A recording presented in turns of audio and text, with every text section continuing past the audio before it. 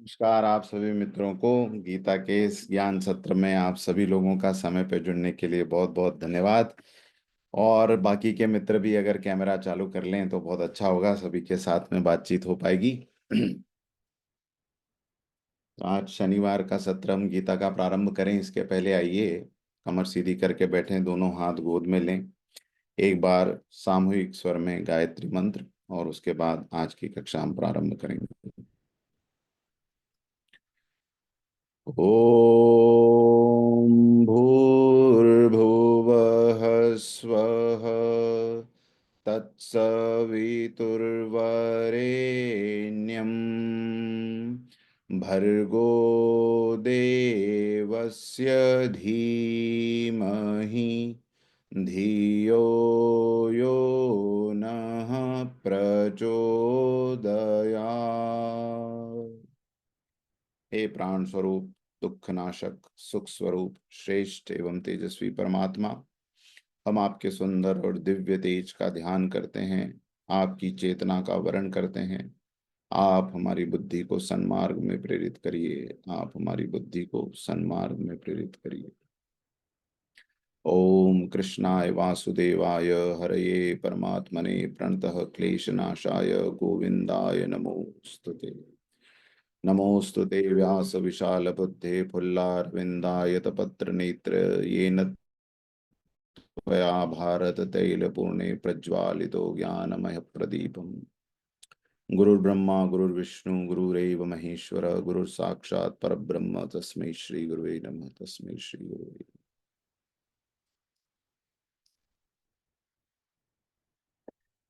तो गीता की इस यात्रा में हम लोग लगातार आगे बढ़ रहे हैं और पहले अध्याय को बहुत डीप में हम समझ रहे हैं। अभी तक हमने 26 श्लोकों को पढ़ा है और समझने की कोशिश की है।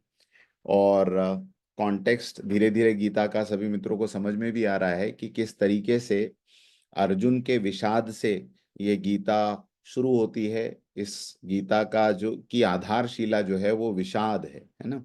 विषाद यानी असमंजस की स्थिति, विषाद का मतलब किंग कर्तव्य विमूढ़ता की स्थिति, विषाद का मतलब जीवन में सही दिशा न पाने की स्थिति, विषाद का मतलब अपने ऊपर डाउट करने की स्थिति। ये सारी विषाद की स्थितियां हैं, है ना।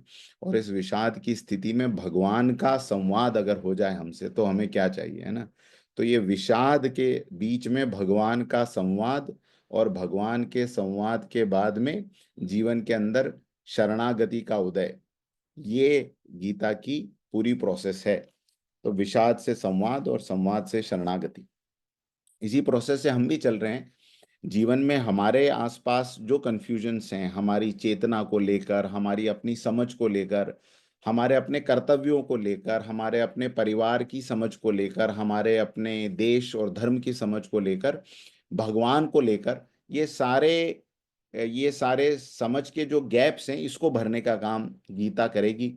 और खुले मन से बहुत ध्यान से आप उसको समझते चलेंगे तो आपको भी इसमें ये सारे क्लूज मिलने लगेंगे। तो आज हम गौरव जी कहाँ तक हमने कर दिया? 26, श्लोक नंबर 26 तक हो गया था ना। हाँ, एक सेकेंड, आप लोग अनम्यूट नहीं कर पा रहे हैं शायद।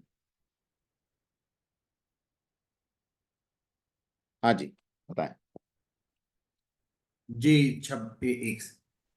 जी 26। 26 तक हो गया था हमारा। आज गुड। 27 होना है। हम्म। तो श्लोक नंबर 27, 28, 29 पहले पढ़ लेते हैं और फिर उसके बाद में उसका अर्थ समझेंगे और आगे बढ़ेंगे। स्क्रीन पे मैं लगा दूं तो आप स्क्रीन पे भी देख पाएंगे।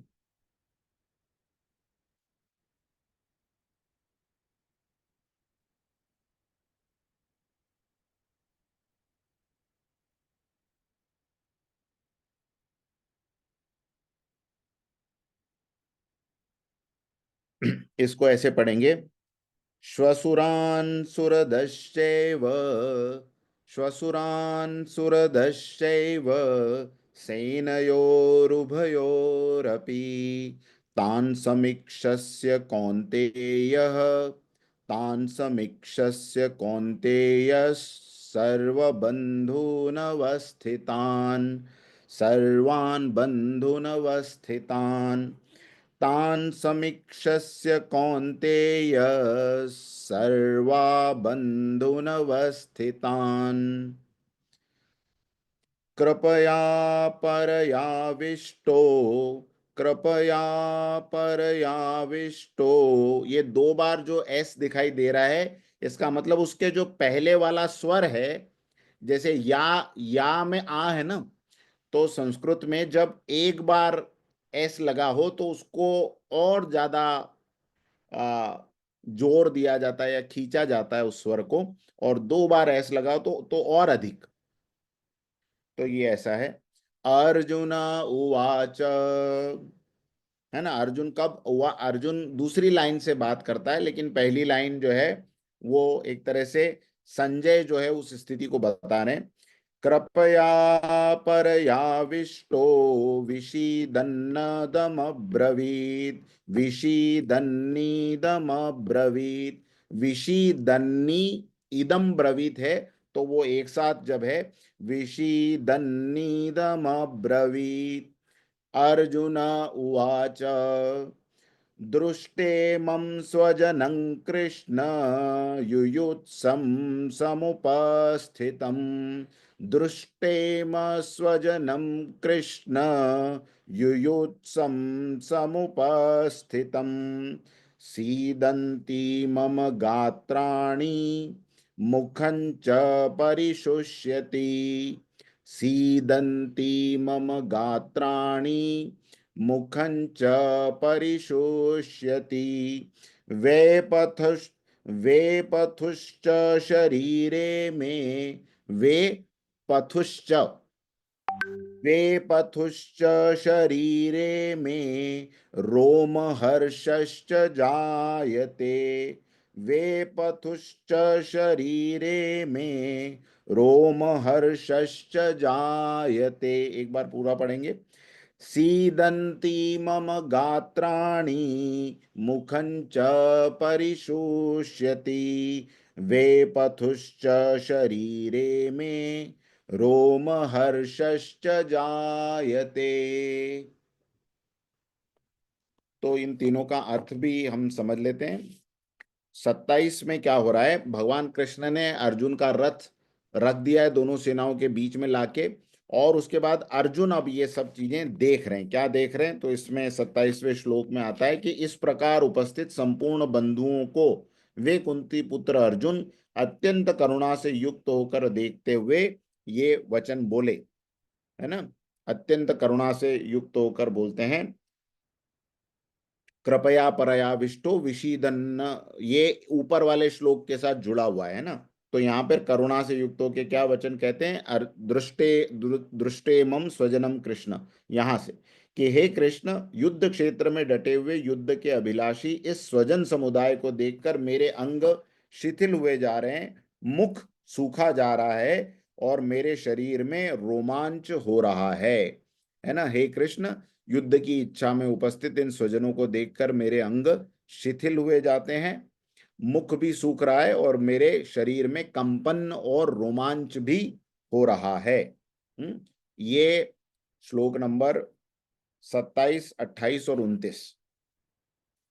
तो अब इनको समझने का प्रयास करते हैं हम लोग। श्लोक नंबर 26 में अगर आप जाएंगे तो 26 में आपको पता लगेगा कि 26 श्लोक में श्वसुरान सुरदश्चैव सेनयोरुभयोरपि तान समीक्षस्य कौन्तेय सर्वान बंधुन अवस्थितान। तो सभी बंधुओं को, अपने सारे बंधुओं को, सुहृदों को, तो गीता में ये अर्जुन के रिलेशंस बताए जा रहे हैं कि अर्जुन जो सामने और अपनी सेना में जिन लोगों को देख रहा है वो लोग कैसे हैं। वो लोग इस प्रकार से उसके पिता, पिता के समान, पितामह। हाँ, तो यहाँ पर सारे रिलेशन, और कौन है, पितृन सबसे पहले आया है, तान समीक्षस्य कौन्तेय के उसके पहले। हाँ, तत्रा पश्चात स्थान पार्थ पितृनत पिता महान। पितृनत यानी पिताओं को, पिताओं को, मतलब अर्जुन के बहुत सारे पिता नहीं थे, लेकिन पिताओं के समान जो थे, जैसे भूरिश्रवा ये पांडु के उनके पिता के चचेरे भाई थे, तो इन्हें चाचा, तो पिता के समान ही हुए। तो पिताओं को देखता है, पितामह को देखता है। पितामह से किसको कहा गया? भीष्म को और सोमदत्त को। ये भी बड़े बुजुर्ग व्यक्ति वहां पर थे। तो सोमदत्त जो हैं वो भीष्म के चचेरे भाई, तो ये सब साथ में है, मतलब पितामह दादाजी की श्रेणी में है। आचार्यों में किसको देखता है? द्रोण को देखता है, द्रोणाचार्य जी जिन्होंने शिक्षा दी, कुलगुरु कृपाचार्य, ये दोनों आचार्य थे। मातुलान मामा, तो मामाओं में कौन है? कुंती के भी भाई और गांधारी के भी जो भाई थे, जैसे शकुनी इत्यादि, ये गांधारी की तरफ से थे। कुंती के भी भाई कुंती भोज इत्यादि। तो पुरोजित, कुंती भोज, शल्य, शकुनी, ये सब मामा थे जिन्होंने उसको बचपन से अर्जुन को खिलाया था साथ में।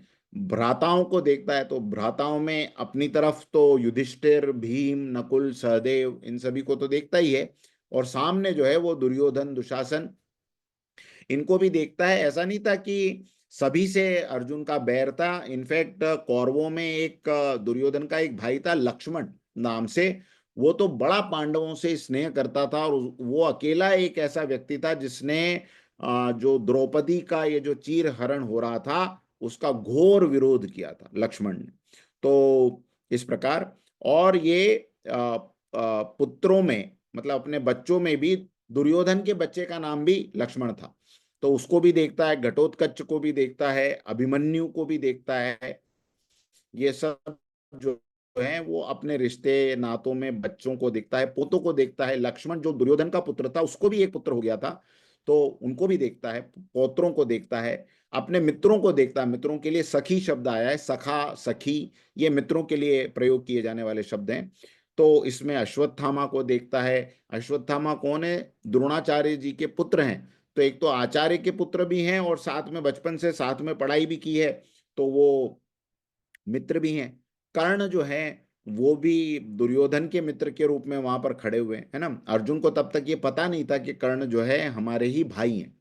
तो इस प्रकार से श्वशुर, श्वशुर के रूप में द्रुपद को देखता है, जो द्रौपदी के पिता हैं। शैब्य को देखता है, ये सारे ससुर हैं।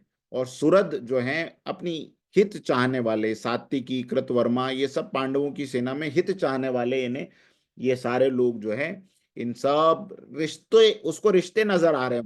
आप देख रहे होंगे उसका अप्रोच क्या है।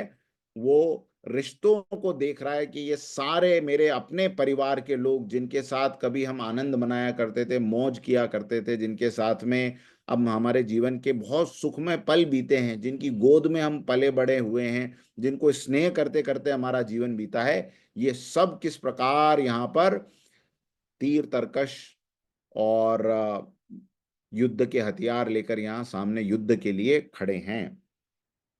फिर उसी श्लोक में क्या होता है, अब ये सब देखता है, तो देखने की प्रतिक्रिया तो होगी, तो क्या होता है, सभी बांधवों को देखकर गीता क्या कहती है, अर्जुन को क्या होता है।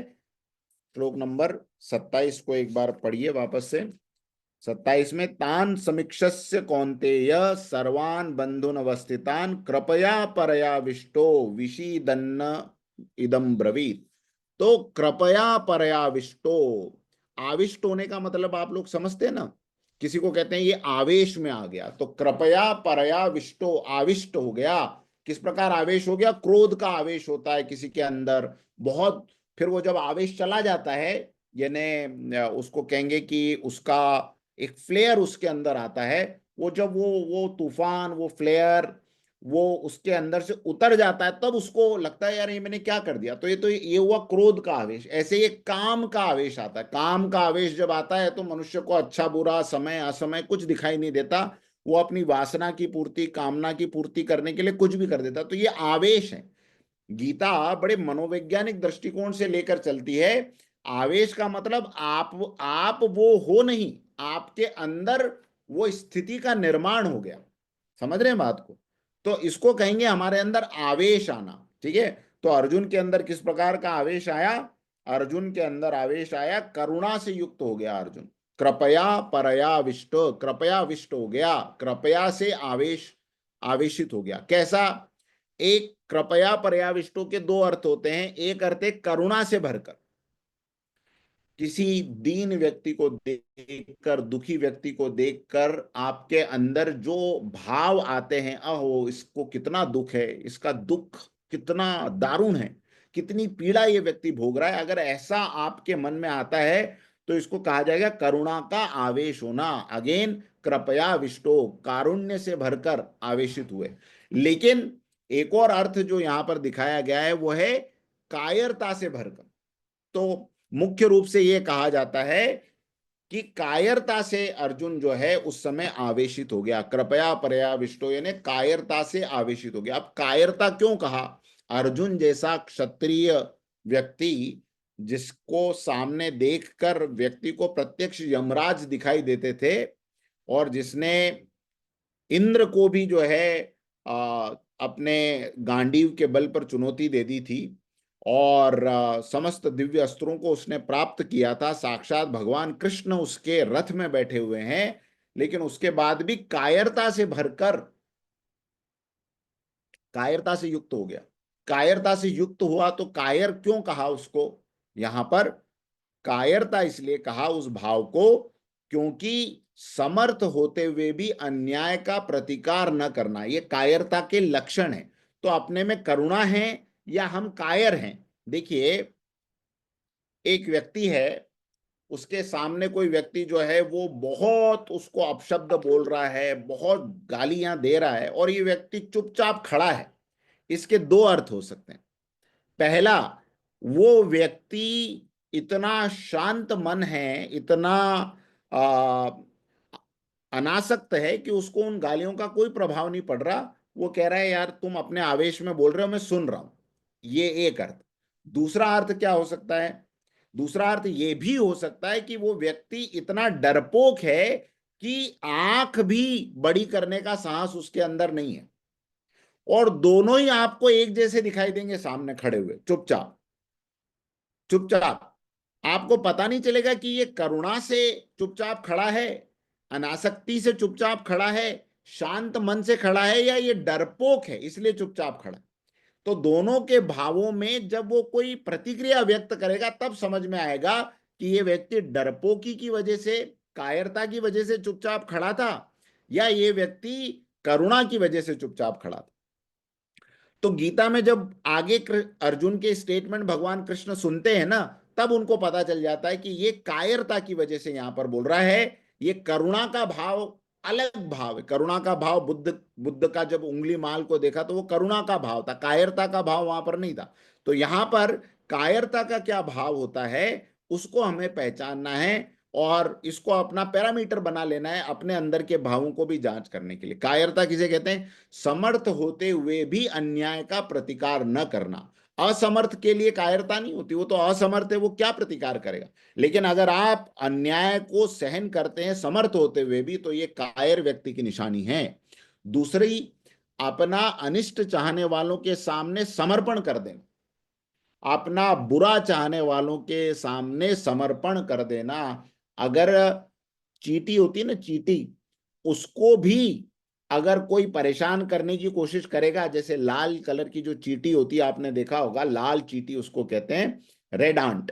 तो वो रेड एंट को अगर आप पकड़ोगे, परेशान करोगे, तो वो डंक मार देगी, चाहे वो हाथी भी सामने खड़ा होगा उसको भी वो मारने की कोशिश करेगी। तो अनिष्ट चाहने वाले के सामने समर्पण कर देना ये कायरता की निशानी है। व्यक्ति को अपनी शक्ति के अनुसार प्रतिकार करना ही चाहिए, ये हमारा धर्म कहता है। और तीसरी बात कायरता की क्या निशानी है? अपने धर्म के विपरीत आचरण करना। जो भी आपका धर्म है, जिस परिस्थिति में आप हो, उस परिस्थिति में अपने धर्म के विपरीत आचरण करना भी कायरता की निशानी है। अर्जुन का धर्म उस समय क्या था? क्षत्रिय का धर्म था। युद्ध के मैदान में वो युद्ध करने के लिए आया था, तो उस धर्म से पीछे हटना ये भी कायरता की निशानी है। तो ये इसलिए ये तीन जो अवगुण हैं वो अगर हमारे अंदर हैं तो हम अपने आप को इस कैटेगरी में रखें कि भाई हम करुणा से भरे हुए नहीं, हम कायरता से भरे हुए हैं। करुणावान व्यक्ति समर्थ होते हुए भी क्षमा का दान करता है, क्षमा का दान करता है, तो वो जो है वो करुणा उसको कहेंगे। तो ये क्या हुआ? ये कायरता से भरकर जो है उसने क्या कहा? विषाद युक्त हो गया, विषीदन्न, विषाद करते हुए। किसको विषाद, किसकी, किसके लिए विषाद किया? ये भावी मृत्यु जो सामने दिखाई दे रही है, ये रक्तपात जो होने वाला है और अपने कुल का जो नाश होने वाला है, इसको देखकर वो विषाद युक्त हो गया। कायरता के बाद अगला चरण जो है वो विषाद ही है। जैसे एक भाव के साथ दूसरा भाव जुड़ा हुआ है, कामना के साथ क्रोध जुड़ा हुआ है। आप कभी भी परीक्षण करके देखिए, आपके मन में किसी चीज को करने की तीव्र कामना हुई और किसी ने आपको वो काम करने से रोक दिया। जैसे ही किसी व्यक्ति ने आपको रोका, उस व्यक्ति के लिए आपके मन में क्या आएगा? क्या आएगा? क्रोध। काम एष, क्रोध एष। ये अपने दोनों हाथ ऐसे करिए, ऐसे करिए मेरे सामने, हाँ ऐसे करिए। ये है काम और ये है उसी के भाई, उसी का साथ क्रोध। ये दोनों की ऐसी गणेश मुद्रा बनाई थी ना हमने, ये इनकी ऐसी जोड़ी है। हाँ, कामना और क्रोध। अगर आपको अपनी कामना से किसी ने रोक दिया तो जितनी तीव्र कामना उतना तीव्र क्रोध।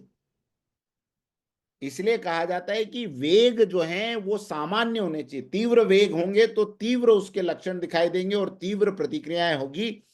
तो करुणा या कायरता से विषाद की स्थिति उत्पन्न होती है। विषाद का मतलब है एंजाइटी, डिप्रेशन, ये सारी स्थितियां। तो आप देखें, कोई व्यक्ति अपने जीवन की समस्याओं से निपटने में अपने आप को कमजोर महसूस करता है, तो फिर वो कहाँ चला जाता है? विषाद में चला जाता है। जब वो किसी समस्या में को डील नहीं कर पाता, मन ही मन वो अपने आप को उस समस्या के आगे बहुत छोटा महसूस करता है, तो ये भावना उसको विषाद की तरफ लेकर जाती है। कमजोरी आपको क्या करती है? डिप्रेशन की तरफ डाल देती है। इसलिए स्वामी विवेकानंद कहते थे, सुबह से लेकर शाम तक जितनी बार भी समय मिले और याद आए, अपने अपने भीतर एक शब्द है उपनिषदों का, उसका उच्चारण करते रहो। वो शब्द है मां भय। भ के ऊपर डबल दो मात्राएं और फिर विसर्ग, मां भय। मां भय का मतलब, मां मतलब मत और भय का मतलब भय। भय मत कर।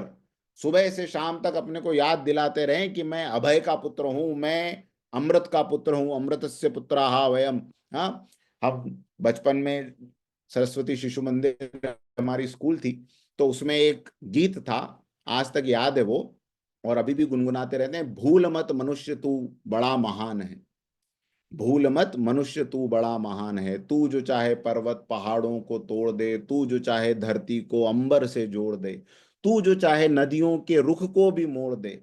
अमर तेरे प्राण मिला तुझको वरदान, तेरी आत्मा में स्वयं भगवान है रे। मनुष्य तू बड़ा महान है, भूल मत मनुष्य तू बड़ा महान है। हाँ, ये गीत यूट्यूब पर भी है और मैंने पीछे एक आध बार किसी ग्रुप पे, अपने अपने ही ग्रुप पे पोस्ट भी किया था। तो इसको सुने आप कभी न कभी, दिन में कार चलाते समय या जब इस प्रकार के विचार मन में घर कर जाएं, तो इससे अपने अपनी दूरी बनाने के लिए कोई ना कोई एक्सटर्नल डोज चाहिए, है ना। वो एक्सटर्नल डोज गीता में भगवान कृष्ण के रूप में अर्जुन को मिला।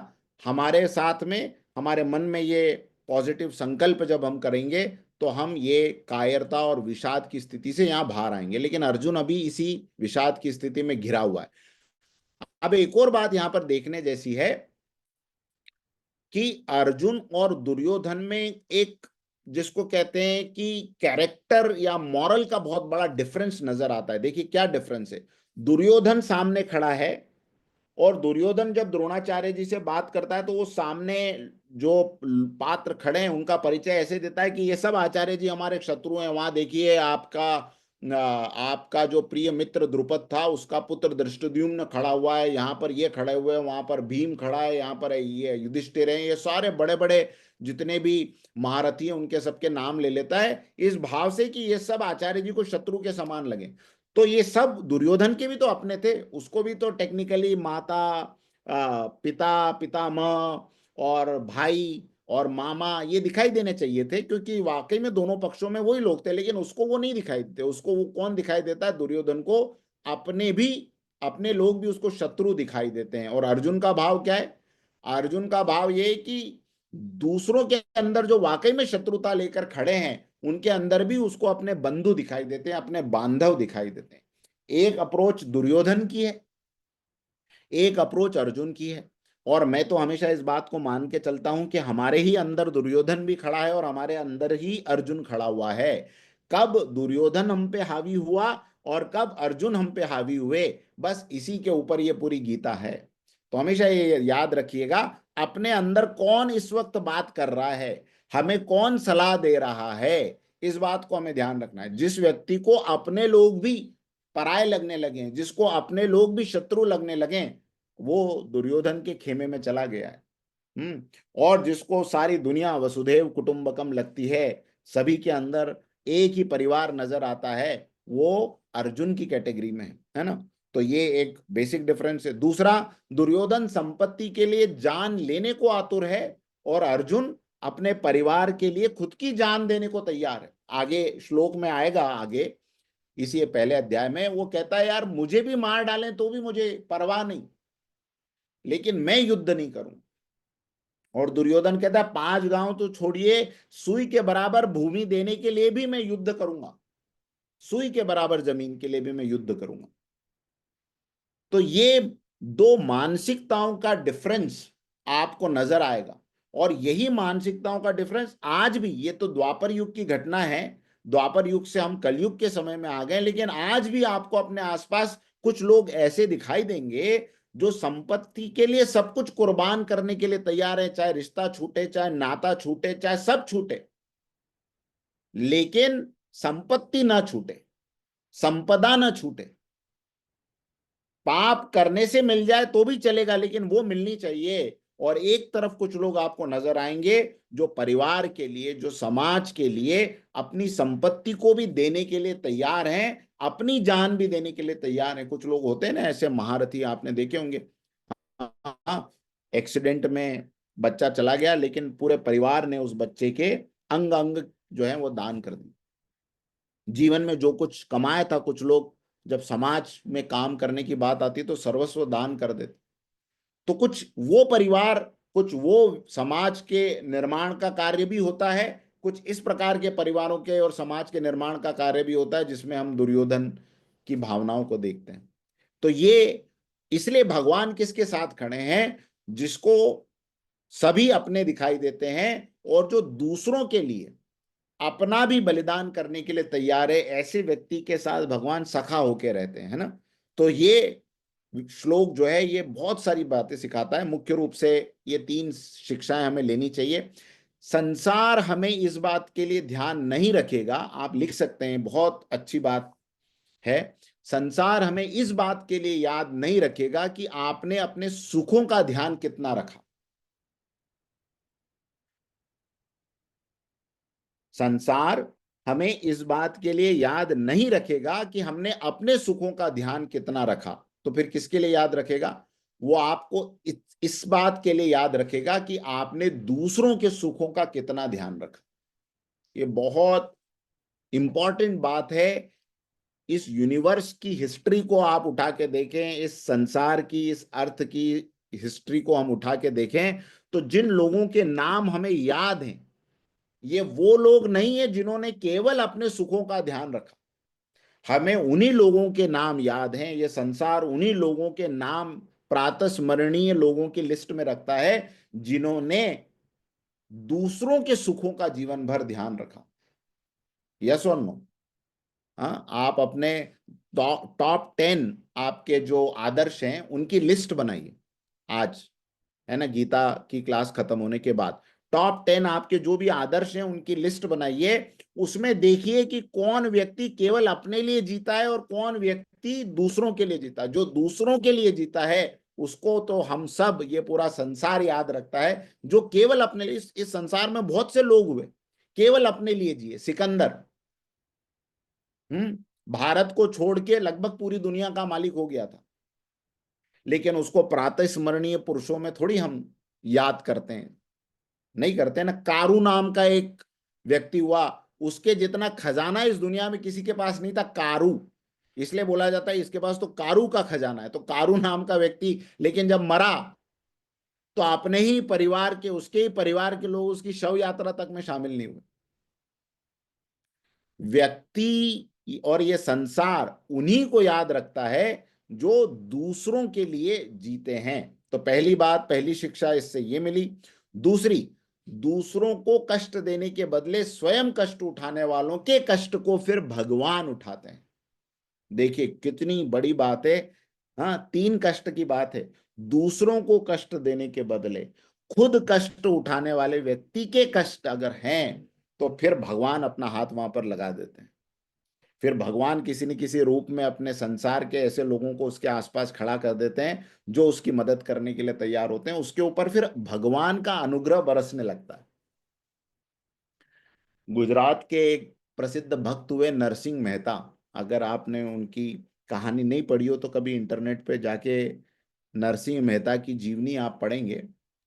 तो बहुत बड़े साहूकार थे, बहुत धन संपत्ति थी, लेकिन गांव के अकाल में, कष्ट में सारी संपत्ति उन्होंने दान कर दी। लगभग इधर महाराष्ट्र में जो तुकाराम महाराज हुए, लगभग वैसी। अब बाद में क्या हुआ, उनकी एक पुत्री थी।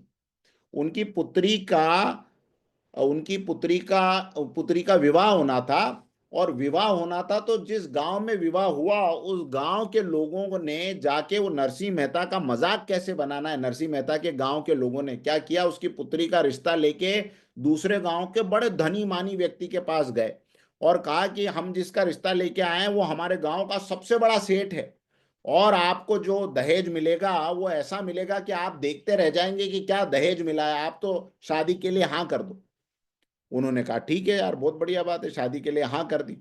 रिश्ता इधर पहुंचा तो नरसिंह मेहता को बोला कि भैया दूसरे गांव का एक सेठ है, और वो जो है वो इतना सरल व्यक्ति है कि उसने कहा कि मुझे तो, नानी बाई नाम था उनकी पुत्री का, मुझे तो नानी बाई जो है मेरे घर में आ जाए, भले ही एक साड़ी में आ जाए, तो आप नरसिंह मेहता तैयार हो। और वो तो भगवत भक्ति में लगे हुए, उन्होंने कहा हाँ ठीक है, जो कान्हा की मर्जी, जो केशव की मर्जी, तैयार है। अब शादी की बात हो गई और सब तैयारियां चालू हो गई, और वहां से जो बाद में जब ये सब गठजोड़ बन गया तब संदेशा आया कि उनको तो भैया इतना सारा सोना, इतना चांदी, इतने इतना पलंग, इतनी साड़ियां, इतने सारवे, ये सब चाहिए। उसकी इतनी बड़ी लिस्ट भेज दी। नरसिंह मेहता ने लिस्ट पढ़ी और कहा कि हाँ ठीक है, ये भगवान के श्री चरणों में समर्पित कर दी, तेरी लड़की है, तू जान। और इतिहास कहता है, बहुत पुरानी घटना नहीं है, लगभग 300 वर्षों के बीच की घटना है। इतिहास ये कहता है कि जब नानी और ये बैठे ही रहे भजन करते हुए, इधर बारात जा रही है, इन्होंने कहा वो तो बारात जाएगी, वो तो उसका भाई लेके जाएगा। भाई कौन? कान्हा। तो कान्हा जो है वो बारात लेके जाएगा, उसको जो करना होगा वो करेगा, मैं मेरा भजन कर रहा हूँ। नानी बाई जा रही है और दूर उनके जो जो जहाँ ससुराल था उस गांव के लोग देखते हैं कि वहां से दूर से बड़ी बड़ी बैलगाड़ियां आ रही है जिसमें सोना चांदी, बड़े बड़े हीरे जवाहरात, पलंग, बिस्तर, गादियां, सारवे, और ऐसे ऐसे जिस किसी ने देखे नहीं ऐसे धन संपत्ति, ये सब आया और नानी बाई की शादी हो गई। जो दूसरों के लिए कष्ट उठाता है, उसके कष्ट का जब समय आता है तो फिर उसके कष्ट कौन उठाता है? भगवान उठाता है। ये प्रत्यक्ष रूप से उदाहरण। अजय भारत का ध्येय क्या है? हम कई बार अजय भारत की चर्चा भी इसमें करेंगे। अजय भारत का ध्येय क्या है? हम सब ने अपने जीवन में एक प्रण लिया। वो प्रण किसी भी घटना को देख कर लिया, हमारे वर्तमान समाज की परिस्थिति देख कर लिया, अथवा तो ईश्वर की प्रेरणा से लिया, अथवा बहुत समय से इच्छा थी कि कुछ करें, और ऐसे एक प्लेटफॉर्म का हम इंतजार कर रहे थे और एक प्लेटफॉर्म हमें मिला, और उसको बड़ा करने का लक्ष्य लेकर हम चले कि इस प्लेटफॉर्म से जो कुछ सेवाएं होगी, ये प्लेटफॉर्म दूसरों का कष्ट हरने के लिए है, तो इस प्लेटफॉर्म का कष्ट कौन हरेगा? यानी इस संस्था को जो धन की आवश्यकता पड़ेगी, जो रिसोर्सेज की आवश्यकता पड़ेगी, इसके लिए मेरा हाथ प्रस्तुत है, इसके लिए मेरी जेब प्रस्तुत है। हाँ, मुझे आज भी वो दिन भूलता नहीं है जब मैं अपना प्रेजेंटेशन खत्म करके सक्षम समिट में, हाँ, नीचे भी नहीं उतरा था और डॉक्टर दिनेश शर्मा का हाथ उठ गया। कि मैं अपनी तरफ से ये अजय भारत के लिए प्रस्तुत करने के लिए तैयार हूं। और भी मित्रों ने वहां पर संकल्प ले लिया, और उस संकल्प की पूर्णाहुति हम देखते हैं कि घर पहुंच के 5-10 दिन भी नहीं हुए थे, और सभी लोगों की तरफ से जो जिसने कमिट किया था। ये कैसे हो रहा है? इसी परिभाषा से, दूसरों के कष्ट को झेलने वाले के कष्ट भगवान स्वयं उठाते हैं। वो स्वयं कैसे उठाते हैं? वो दूसरों के मन में प्रेरणा करते हैं, ये जेन्युइन पर्सन, ये जेन्युइन प्लेटफॉर्म है, यहाँ करो। वो आपके अंदर ऐसी भावना भर देते हैं कि आप उस भावनाओं के आवेश में फिर वो करते हैं और लगातार करवाते रहते हैं, लोगों को भी प्रेरणा देते नहीं। अगर तुमको दूसरों पे भरोसा नहीं, इसकी गारंटी मैं लेता हूं, आप यहां पे करो। तो ये जो है, ये विशेष रूप से देखने वाली बात है। जिन जिन व्यक्तियों के साथ में जन समुदाय का सहयोग बना है, वो ऐसे बना है कि उन्होंने पहले किसी के कष्टों को दूर करने का प्रयास किया, फिर भगवान उसी जन सेना के रूप में, जन समुदाय के रूप में आके उसके साथ जुड़ गए। तो ये श्लोक नंबर 27। श्लोक नंबर 28 को एक बार देखेंगे। श्लोक नंबर 28 में क्या होता है? कृपया परयाविष्टो विषीदन्नमिदं ब्रवीत। वो करुणा से आवेशित होकर, कायरता वाली करुणा जो है उससे आवेशित होकर फिर वो क्या कहता है? अर्जुन जो कहते हैं भगवान कृष्ण को, दृष्टवे मम स्वजनम कृष्ण युयुत्सम समुपस्थितम। हे कृष्ण, युद्ध क्षेत्र में डटे हुए ये युद्ध के अभिलाषी स्वजन समुदाय को देखकर मेरे अंग शिथिल हुए जा रहे हैं, मुख सूखा जा रहा है और मेरे शरीर में कंप और रोमांच हो रहा है ना। अब इसको समझते हैं। देखिए अर्जुन की स्थिति क्या, अर्जुन ये सब लक्षण बता रहा है, ध्यान से देखिए। एक कह रहा है मेरे अंग ढीले हुए जा रहे हैं, मेरा मुख सूखा जा रहा है। हाँ, उसके आगे के श्लोक को भी ले लेते हैं। गांडीवम संसृते हस्ता त्वचे व परिधय्यते। श्लोक नंबर 30। न च शक्नोम्यवस्था तुम भ्रमतीव च मे मनः। तो ये कह रहे हैं कि मेरे अंग ढीले हो रहे हैं, मतलब हाथ पैर फूल गए एक तरह से, मुख सूख रहा है, मैं बोल नहीं पा रहा हूं बराबर आपसे, मेरे शरीर में कंपन हो रहा है, शरीर कांप रहा है मेरा। भय युक्त रोमांच, जिसको बोलते हैं डर से जो हमारे गूजबम्स खड़े हो जाते हैं, रोम हमारे खड़े हो जाते हैं, इस प्रकार का डर से मेरा शरीर जो है वो आविष्ट है। धनुष मेरे हाथ से, गांडीव जो है, जिस गांडीव के की पकड़ जब अर्जुन के हाथ में हो जाती थी तो बड़े बड़े सूरमा उसको देखकर डर जाते थे, वो गांडीव, वो धनुष मेरे हाथ से गिर रहा है। त्वचे व परिदह्य, त्वचा भी मेरी जो है वो जल रही है, परिधह्यते, जल रही है मेरी त्वचा, मैं खड़ा नहीं रह पा रहा हूं। न च शक्नोम्य अवस्था तुम, मैं खड़ा ठीक से नहीं रह पा रहा हूं। और भ्रमतीव च मे मनः, मेरे मन में अतीव भ्रम का निर्माण हो गया है। ये सारे अर्जुन के लक्षण है जो स्वयं बता रहा है। किसको बता रहा है? भगवान कृष्ण को बता रहा है। अब ये जो विषाद का प्रभाव है ना, ये विषाद का प्रभाव 3 जगहों पे आता है। देखिए, इस पूरे इन सारे लक्षणों को अगर आप देखें तो कुछ लक्षण शरीर के हैं, त्वचा जल रही है, धनुष फिसल रहा है, शरीर में कंपन हो रहा है, मुख सूख रहा है, शरीर के लक्षण। कुछ लक्षण है मन के, मन का लक्षण है भय युक्त रोमांच होना, है ना। ये भय युक्त रोमांच मन का लक्षण है। और तीसरा बुद्धि का बुद्धि के ऊपर अटैक कहाँ हुआ?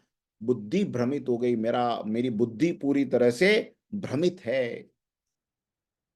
तो शरीर, मन और बुद्धि, इन तीनों पे असर होता है। किसका? डिप्रेसिव स्टेट का। ये आज का विज्ञान तो अब कह रहा है। डिप्रेशन को पिछले 50 वर्षों में ठीक से समझा गया है, नहीं तो पहले तो कोई बहुत ज्यादा इस पे बात ही नहीं करता था, लेकिन अब समझ में आ रहा है मेडिकल फ्रेटर्निटी को भी, समाज को भी, कि डिप्रेशन का प्रभाव बुद्धि, मन और शरीर, इन तीनों पे पड़ता है। इन तीनों को क्या करता है? शरीर को कमजोर बना देगा विषाद, मन को चंचल बना देगा और आशंकाओं से भर देगा, और बुद्धि को क्या करेगा? भ्रमित कर देगा, कंफ्यूज कर देगा, आपकी सही निर्णय लेने की क्षमताओं का नाश हो जाएगा। तो ये विषाद का प्रभाव है अर्जुन की स्थिति, और उसके ऊपर ये विषाद का प्रभाव। अब ये विषाद के प्रभाव का उपाय क्या है? उपाय तो भगवान ने गीता में समझाया है, लेकिन अगर मेडिकल टर्म में बात करें या साइकोलॉजिकली बात करें तो सबसे बड़ा उपाय डिप्रेशन से बाहर निकलने का है अपनी स्थिति को पहचानना। स्थिति को पहचानने का मतलब क्या है? कि मैं अभी फिलहाल क्या महसूस कर रहा हूं, इस बात को जानना। अर्जुन ये जान रहा है, अपनी स्थिति को जानता है। देखिए पूरा बयान कर रहा है, अंग ढीले हो रहे हैं, मुख सूख रहा है, शरीर में कंपन है, भय है, रोमांच है। ये अपने आप की वर्तमान स्थिति को जानना। जो डिप्रेशन में रह के डिप्रेशन को समझ नहीं पाता, उसका डिप्रेशन बड़ा खतरनाक है। लेकिन जो समझे कि यार कहीं मेरे साथ कुछ गड़बड़ चल रही है, मेरी सोच में, मेरे विचार में, मेरे शरीर की जो मांग है, डिमांड है, उनमें कहीं ना कहीं कुछ गड़बड़ है, सामान्य स्थितियां नहीं है। अपनी स्थिति को पहचानना सबसे पहला कदम है इलाज की तरफ बढ़ने का।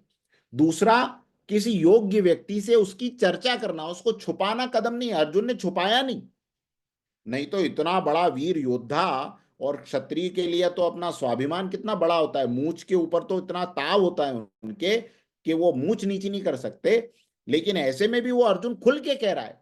हाँ, हो सकता था भगवान कृष्ण जो है उसको, उसकी मजाक उड़ाते, हो सकता था, और मजाक उड़ाएंगे भी आगे, एक श्लोक में मजाक भी उड़ाते उसकी, लेकिन अर्जुन डरा नहीं इस बात से।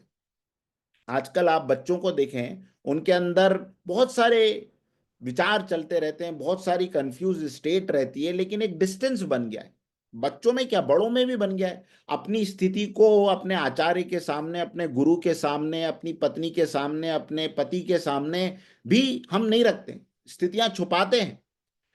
एक ही घर में पति पत्नी है, एक पति को बाहर व्यापार में बड़ा नुकसान हो गया, बड़ा कर्जा हो रहा है, लगातार एक के बाद एक प्लान्स उसके फेल हो रहे हैं, घर में वो चर्चा नहीं करता है। घर में आते नकली मुस्कुराहट लेके आता है। अच्छा, पत्नियां इस मामले में तो बहुत ईश्वर का उनको एक वरद हस्त है, सिक्स्थ सेंस का, वो तो वैसे भी पहचान लेती हैं कि गड़बड़ तो कुछ है। लेकिन फिर भी अब आप उनको तो क्या करे कि नहीं है भाई, कुछ नहीं है, नहीं ठीक है, ठीक है, नहीं। आज मनोविज्ञान इस बात को कहता है कि यार इलाज तो बाद में, आधा इलाज तो केवल अपनी बात को निकाल देने में है। यस और नो, है ना? आधा इलाज केवल अपनी स्थिति को किसी के सामने व्यक्त कर देने में है। चुपचाप रहने से कुछ होने वाला नहीं है। एक हम ऑलरेडी एक न्यूक्लियस फैमिली में है। ये दुनिया का वर्तमान वर्तमान दुनिया का सबसे बड़ा अभिशाप है कि आप अकेले अकेले रह रहे हो, दो दो के ग्रुप में। पहले पूरा संयुक्त कुटुंब होता था, एक तो इतना बड़ा कुटुंब होता था, उसकी सेवा करने में किसी को सोचने का समय नहीं मिलता था। सोचेगा ही नहीं तो विषाद आएगा ही नहीं। दिन से रात ऐसे निकल जाती थी, और रात को सब थक थुका के ऐसे सोते थे कि सुबह में फिर उठते थे। तो अब दो ही व्यक्ति बचे घर में, और उसमें भी केवल काम की बात होती, बाकी दूसरी कोई बातचीत होती नहीं है। तो ये विषाद जो है वो गहराता जाता है। बच्चे और माता पिता के बीच में एक गैप बन गया है। माता पिता अपने आप को बच्चों का मित्र बनाने की जगह अभी भी अपने आप को माता पिता के शूज में डाल के बैठे हुए हैं। संस्कृत में एक श्लोक है कि जब बच्चा आपके कंधे के बराबर आ जाए, तो उसके बाद उसके साथ माता पिता का व्यवहार छोड़ के मित्रवत व्यवहार करना चाहिए, है ना? तो ये बात हमें समझनी है।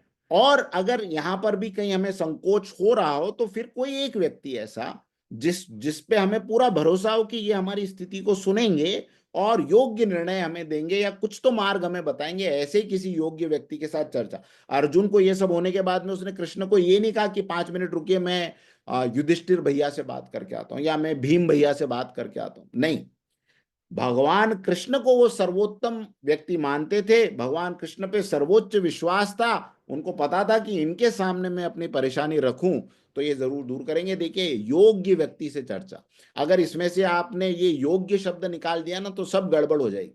क्योंकि इस दुनिया में जिसको भी आप अपने विषाद के बारे में बताओगे किसी अयोग्य व्यक्ति को, तो वो तो क्या करेगा, वो केवल और केवल आपके मजे लेगा। यस और नो? हाँ, अपनी कमजोरियां भी किसी को बहुत ज्यादा, ऐसे व्यक्तियों को प्रकट नहीं करनी चाहिए जो उन कमजोरियों का फायदा उठाए। तो कुछ लोग होते हैं, अपनी विषाद को जहां तहां इधर उधर कहते रहते हैं, अपनी बाई को कह देते हैं। अब वो बाई को कह दिया, ये मेरे से इतने दिन से बात नहीं कर रहे हैं, ये इस कमरे में सो रहे हैं, मैं उस कमरे में सो रही हूँ। वो बाई ने पूरी सोसाइटी में जहां जहां वो जाती है वहां, अरे आपको मालूम है क्या वो 302 में क्या हो रहा है, वो अंकल जी उधर सोते हैं, आंटी जी उधर सोती है, मैं तो बहुत दिन से देख ही रही थी। वो वाली आंटी ने 509 में कहा, 509 वाली ने 903 में कहा, फिर पूरे पूना में कह दिया, फिर पूरे मुंबई में चली गई बात, और फिर किसी दिन न्यूज़पेपर में भी आ गई। तो ये जो कार्यक्रम है, ये अयोग्य व्यक्तियों को अपनी बात बताने के हैं। अर्जुन योग्य व्यक्ति से सलाह करता है, और फिर क्या करता है, तीसरी बात बहुत जरूरी, तीसरी बात, सोच में बदलाव लाने का प्रयास करता है। भगवान कृष्ण उसको जो जो भी बातें समझाते हैं वो प्रश्नोत्तर करता है भगवान से, लेकिन प्रश्नोत्तर करने के बाद उसको अमल में लाता है। ये अगर नहीं हुआ तो आपने अपनी स्थिति भी पहचानी, योग्य व्यक्ति से मार्गदर्शन भी लिया, लेकिन उस मार्गदर्शन पे आप चले नहीं, तो फिर आप उस स्टेट से बाहर नहीं आ पाएंगे। तो हम किसी व्यक्ति को मार्गदर्शन करें तो फिर ये देखें, जैसे आप बच्चों में मेंटरिंग करें तो ये देखें कि क्या वो उसको अमल कर रहे हैं। बहुत ज्यादा ज्ञान की 50 चीजें बताने से अच्छा एक बात बताएं और बोले बेटा पहले ये करो, देखो इससे आपको थोड़ा फायदा होता है, तो फिर हम आपको अगली चीज बताएंगे। तो फिर भरोसा जीतिए। हमें ज्ञान का प्रदर्शन नहीं करना है, वो बहुत ही नीचे की स्थिति में है, उसको रस्सी की एक डोर थमानी है, उसको भरोसा है कि हाँ कोई तो अब मैंने कोई आधार पकड़ लिया है, फिर धीरे धीरे धीरे धीरे उसको ऊपर लाने का प्रयास करना है।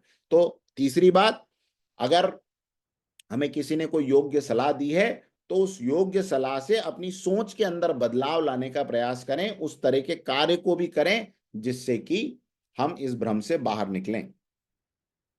तो श्लोक नंबर 28, 29, 30 में अर्जुन की स्थिति बता दी, अर्जुन ने स्वयं किसको बता दी, कृष्ण को बता दी। श्लोक नंबर 31 बहुत महत्वपूर्ण, आज का अंतिम श्लोक, बहुत ध्यान से समझिएगा, इसमें दूसरी भी काफी सारी चीजें हमको समझ में आएगी।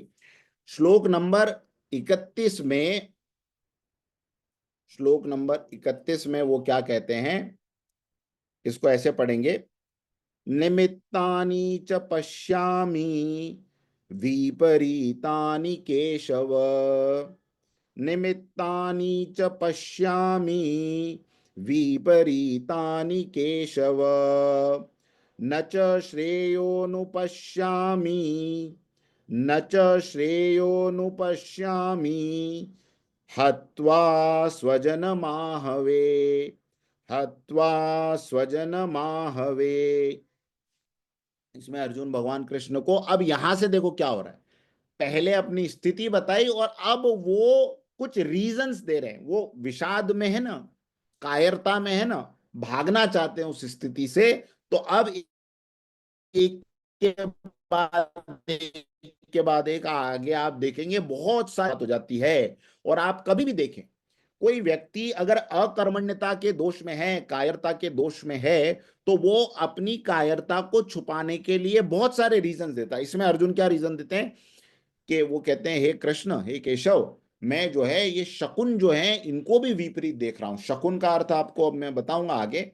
तो शकुनों को मैं विपरीत देख रहा हूं, यानी ये जो आसपास संकेत नेचर में है ये सब विपरीत हैं, ये सब उल्टे दिखाई दे रहे हैं। और ये युद्ध में आए हुए अपने स्वजनों को देखो, अभी भी स्वजन बोल रहा है ना, युद्ध में आए हुए शत्रुओं को मैं मार दूं ऐसा नहीं बोल रहा है, स्वजन माहवे। तो इसकी भी दृष्टि में जो है वो स्वजन, अभी भी अपने आसपास जो खड़े हुए हैं उनको स्वजन कहता है, अपने परिवार के अपने लोग, उनको मैं मार के इस युद्ध में कोई श्रेय कोई कल्याण नहीं देख पा रहा हूं, है ना। तो एक तो स्वजन मान के मारना नहीं चाहता है, स्वजन मान के मारने में कोई कल्याण नहीं देखता, और दूसरा कह रहा है कि मैं ये जो आसपास शगुन है ये भी सब मेरे को ऐसा लग रहा है कि सब विपरीत हो रहे हैं। और ऐसा कहते हैं कि जब ये युद्ध का, महाभारत युद्ध का समय था तो गिद्ध विद्ध जो हैं वो आकाश में मंडराने लगे थे और जोर जोर से बादल गरज रहे थे और बिजलियां कड़क रही थी और तमाम तरह के जो इस तरह के निमित्त हैं, सियार चिल्ला रहे थे। और आप देखेंगे कि भारतीय इतिहास में शगुन की एक बड़ी परंपरा रही है। तो इसको आप थोड़ा ध्यान से समझेंगे कि ये शगुन क्या है और कैसे अर्जुन इसका तर्क दे रहा है, और भगवान भी फिर उसके लिए तर्कों को क्या उत्तर देते हैं ये भी आगे हम देखेंगे। तो देखिए, सबसे पहले केशव शब्द भगवान के लिए इस्तेमाल करता है। हाँ, निमित्तानी च पश्यामि विपरीतानि केशव। केशव शब्द भगवान कृष्ण को इसलिए दिया गया क्योंकि बचपन में केशी नाम का एक दैत्य था, उसका वध भगवान ने किया था, इसलिए उनको केशव कहा जाता है। केशी नाम के दैत्य का वध करने वाले केशव, है ना। और फिर वो क्या कहता है, निमित्तानी च विपरीतानी, ये जो निमित्त हैं, ये आसपास जो लक्षण दिखाई दे रहे हैं, ये सब शकुन जो हैं, ये सब मैं उल्टे देख रहा हूं, मुझे सही इंडिकेशन कॉस्मोस में यूनिवर्स में मिल नहीं रहे। और ये शगुन की बात या शकुन की बात लगभग भारतीय जनमानस में सभी ने सुनी है, मानते हैं नहीं मानते हैं ये एक अलग सब्जेक्ट है। तो थोड़ा सा इस पे पहले बात कर लेते हैं, शगुन का विज्ञान या शकुन का विज्ञान होता क्या है। देखिए, शकुन क्या है, कार्य को करने के पहले वातावरण पे गौर करने का दर्शन, ये शगुन है ना। हाँ, क्या शगुन में काम हो रहा है कि नहीं हो रहा है, अपशगुन में तो काम नहीं हो रहा, तो शगुन और अशुभ शगुन या अपशकुन हम कहते हैं ना। तो ये क्या है शकुन?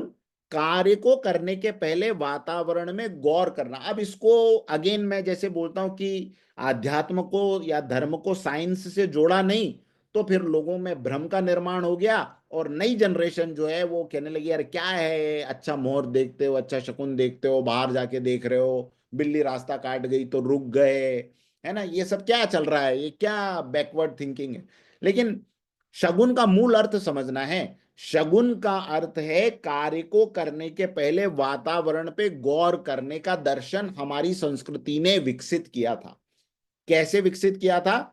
हम ये कहते थे कि कार्य और वातावरण इन दोनों में साम्यता होनी चाहिए, और मैं आपको आज प्रूव करूंगा कि अगर कार्य और वातावरण में साम्यता नहीं है, यानी काम करने की हमारी इच्छा और जिस माहौल में हम काम करना चाहते हैं वो दोनों हमारे अनुकूल नहीं है, तो आप कितना भी जोर लगा लें काम नहीं होने वाला। दोनों अनुकूल हैं तो काम आसानी से हो जाएगा। ये सब बातें आज हम देखेंगे समझेंगे। तो कार्य करने के पहले वातावरण पर गौर करना, ये हमारी संस्कृति सिखाती है। और क्या है शगुन? शगुन बहुत तरीके के होते हैं। हाँ, मैंने आप कुछ लिस्ट किए आपके लिए ताकि आपको थोड़ा सा समझ में आए। मानसिक शगुन, पर्यावरणीय शगुन, सामाजिक शगुन, व्यापारिक शगुन, जैविक शगुन और बाकी के शगुन। तो इसको समझने की कोशिश करते हैं। शुभ और अशुभ दोनों होते हैं। काल, काल का प्रभाव शुभ और अशुभ। किस तरह के काल में? अब काल बाहर भी होता है, काल हमारे अंदर भी होता है, भीतर भी हमारे जो है वो शुभ और अशुभ भावनाएं चलती रहती। तो अगर किसी कार्य को करने के पहले, जैसे हम कहते हैं ना शगुन लेके चलते हैं, शगुन लेके चलने का मतलब क्या है कि बाहर की और भीतर की परिस्थितियों को एक बार चेक कर लेना काम करने के पहले। तो शुरुआत कहां से होनी चाहिए? मानसिक शगुन से। अर्जुन सबसे पहले अपने मानसिक शगुन खराब है ये बता रहा है। कैसे बता रहा है? ये सब जो चीजें बताई ना, गांडीव गिर रहा है मेरे हाथ से, मैं खड़ा नहीं रह पा रहा हूं, त्वचा मेरी जल रही है, मन भ्रमित हो रहा है, मानसिक अपशगुन अर्जुन बताते। तो क्या बता रहे हैं देखिए, अगर शुभ है सारा मामला, तो कार्य करने के पहले ही ईश्वर आपको अंदर से शगुन दे देंगे। क्या शगुन देंगे? कोई अच्छा कार्य, जैसे गीता की क्लास आप अटेंड करने आते हैं, तो किसी का मन ये अर्जुन के लक्षणों से मैच करता है, किसी का मन थर थर कांपता है या भय का वातावरण अंदर आ जाता है, ऐसा कुछ हो रहा है कि नहीं? अभी जूम जूम पे उंगली नहीं दब रही मेरी, अंदर से भय हो रहा है, त्वचा जल रही, नहीं होगा, नहीं होगा। लेकिन किसी की गर्दन काटना होगी तो तो नेल कटर भी उठाने में डर लगेगा, अंदर से वो त्वचा, बाहर त्वचा जलेगी, अंदर से भय रोमांच सब होने लग जाएगा। तो विशेष रूप से ध्यान रखना है, पहला शगुन अंदर से लीजिए। भगवान स्वयं शगुन देते हैं ये सब भावों के रूप में। जिस कार्य को करने के पहले या जिस कार्य को सोचते ही आपके मन में प्रेम, खुशी, शांति, आशा, कृतज्ञता, संतुष्टि, करुणा, क्षमा, विश्वास, उत्साह, मतलब जो भी पॉजिटिव इमोशंस हैं कुल मिला के, वो आपके अंदर आए, तो आप समझ लीजिए कि मानसिक शगुन भगवान ने अंदर से इशारा कर दिया है, बढ़िया है भैया, काम शुरू करो। और जिस कार्य को सोचते ही या तो करने के पहले आपके मन में इनमें से कुछ आए, क्रोध, घृणा, ईर्ष्या, अहंकार, डर, सबसे बड़ा, इसको बोल्ड इटैलिक अंडरलाइन कर लीजिए, जिस कार्य को करने के पहले मन में थोड़ा भी डर लगे, एक एक डर सामान्य डर होता है, जैसे स्टेज पे किसी को भाषण देने बुला रहे हैं तो वाला जो डर है, वो डरने की बात नहीं। ये डर आप पहचान जाएंगे कि गलत काम को करने वाला डर, या चिंता, या दुख, करने के बाद दुख, निराशा, अकेलापन, घबराहट, इनके अनुभव अगर भीतर से हो, तो ये समझ लीजिए कि मानसिक शगुन गलत हो रहे हैं। ये पहला शगुन। अब हमारी संस्कृति और हमारे ऋषियों का दर्शन वहीं पे नहीं रुक गया। उन्होंने देखा यार मानसिक, मान लो मानसिक रूप से तो पॉजिटिव शगुन है, तो दूसरे स्तर पे व्यक्ति को क्या देखना है? पर्यावरणीय शगुन। पर्यावरणीय शगुन यानी एनवायरमेंटल स्टेटस क्या है, एनवायरमेंट क्या कह रहा है हमारे आसपास का, उसको भी देखना है। और पर्यावरण के शगुनों में भी शुभ और अशुभ क्या है? पर्यावरणीय शगुन शांत नदी है, सुखद हवा है, उन्नत पहाड़ है, हरियाली है, अच्छी मिट्टी है, समय पे बारिश हो रही है, गर्मी और सर्दी की साम्यता। मान लो आप कहीं रहने के लिए जा रहे हैं, आपने सोचा किसी नई जगह पे जाके मैं बसूंगा, बसने का मन आया, अंदर खुशी है ही, पूरा परिवार खुशी खुशी जा रहा है। हाँ, लेकिन जिस जगह पे आप जा रहे हैं वो जगह कैसी है वो भी तो देखिए। आसपास नदी है, हाँ भैया नदी तो बहुत बढ़िया है, लेकिन शांत नदी है, ये बढ़िया। सुखद हवाएं चलती है, पहाड़ हैं लेकिन अपने से थोड़ा दूर है, माउंटेन व्यू भी दिखाई देगा, सिर पे पत्थर आने के चांसेस भी कम है, हरियाली भी अच्छी नजर आ रही, मिट्टी अच्छी है यहाँ की, सब समय पे बारिश वारिश होती है, गर्मी सर्दी की साम्यता। ये पर्यावरणीय शगुन, और पर्यावरणीय अशगुन भी है। तेज हवाएं, तीव्र मेघ की गर्जना, अतिवृष्टि, जंगलों में अनायास आग लग जाना। अभी कैलिफोर्निया में हम देख ही रहे हैं क्या हो रहा है। हाँ, पर्यावरणीय अपशकुन, है ना। दलदली भूमि, अनियंत्रित नदियां, बाढ़, ज्वालामुखी, तूफान, ये लक्षण होते हैं। कहीं पे भी जाके बस जाना, कहीं पे भी किसी भी समय में समुद्र में यात्रा करना, ये सब पहले सोचा समझा जाता था। पर्यावरणों को, पर्यावरण के एक एक चरण को बहुत बारीकी से जाना जाता था, और उससे शगुन और अपशगुन लिए जाते। इसलिए आप देखें पुराने मछुआरों को ये हाई टाइड लो टाइड कैसे पता था। वो चंद्रमा को देख के देख लेते थे कि आज जाना है कि नहीं जाना है। नहीं नहीं, आज नहीं जाना, वो देखो ऊपर। अब बोले यार नीचे जाना है समुद्र में, तुम ऊपर कहाँ दिखा रहे हो। भैया ऊपर का नीचे से रिलेशन है, पूर्णिमा हुई, उतरने की गलती मत करना समुद्र में। तो ये पर्यावरणीय शगुन, भूमि को देख के पहले वास्तुशास्त्र में मापा जाता था, समझा जाता था कि किस प्रकार की भूमि है जहां मुझे रहना है, किस प्रकार की भूमि है। अभी तो बहुत अच्छी लग रही है, लेकिन अचानक से यहाँ पर जब सुनामी आती है या यहाँ पे अर्थक्वेक आता है तो क्या होता है। पर्यावरणीय शगुनों का ध्यान बहुत जरूरी है रखना। ये दूसरे नंबर का शगुन है। हाँ, ये सुनीता यादव मैडम ने कहा ला नीना इफेक्ट। हाँ, ये इस तरह के सारे जितने भी साइक्लोन के इफेक्ट्स हैं और ये सारे सामाजिक शगुन। तीसरे नंबर पे देखने की बात यह है कि समाज से आपको क्या वाइब्रेशंस मिल रहे हैं। आप काम करने के लिए जा रहे हैं, मन भी अच्छा है, पर्यावरण भी आपके साथ है, लेकिन समाज, समाज के शगुन और अपशगुन क्या है। देखिए, समाज के शगुनों में आता है जिस समाज के अंदर शांति है, लोगों का राज्य में विश्वास है, यानी शासन में जिसका विश्वास है, राज्य का प्रजा के साथ में कार्य करने का एक संतुलन है, प्रजा के हित में कार्य हो रहा है, प्रजा समय पे अपना कर देती है, यानी टैक्स समय पे चुकाती है, राज्य अन्य देशों से मित्रता अच्छी अच्छी तरह कर पाता है, समय पर न्याय मिलता है लोगों को, अपराध लोगों के, अपराध का इंडेक्स, क्राइम का इंडेक्स जहां पर कम है, ये सारी चीजें, और तो और भ्रष्टाचार भी इसमें ले सकते हैं कि समाज के लोगों का भ्रष्टाचार समाज में कम होना, ये सामाजिक शगुन की निशानी है। ऐसे राज्य में रहना, ऐसे देश में रहना अपने आप में बहुत भाग्य की बात है। और सामाजिक अशगुन भी है। अगर कोई नेता ये जान सके कि सामाजिक अपशकुन क्या है, सामाजिक अपशकुन ये है कि समाज के वर्गों में असंतुलन होना, समाज के जितने भी वर्ग हैं एक बैलेंस, हाँ ठीक है, गरीब होते हैं, अमीर होते हैं, मध्यम वर्गीय, लेकिन एक्सट्रीम पावर्टी, एक्सट्रीम एफ्लुएंसी, ये दोनों समाज के लिए घातक है।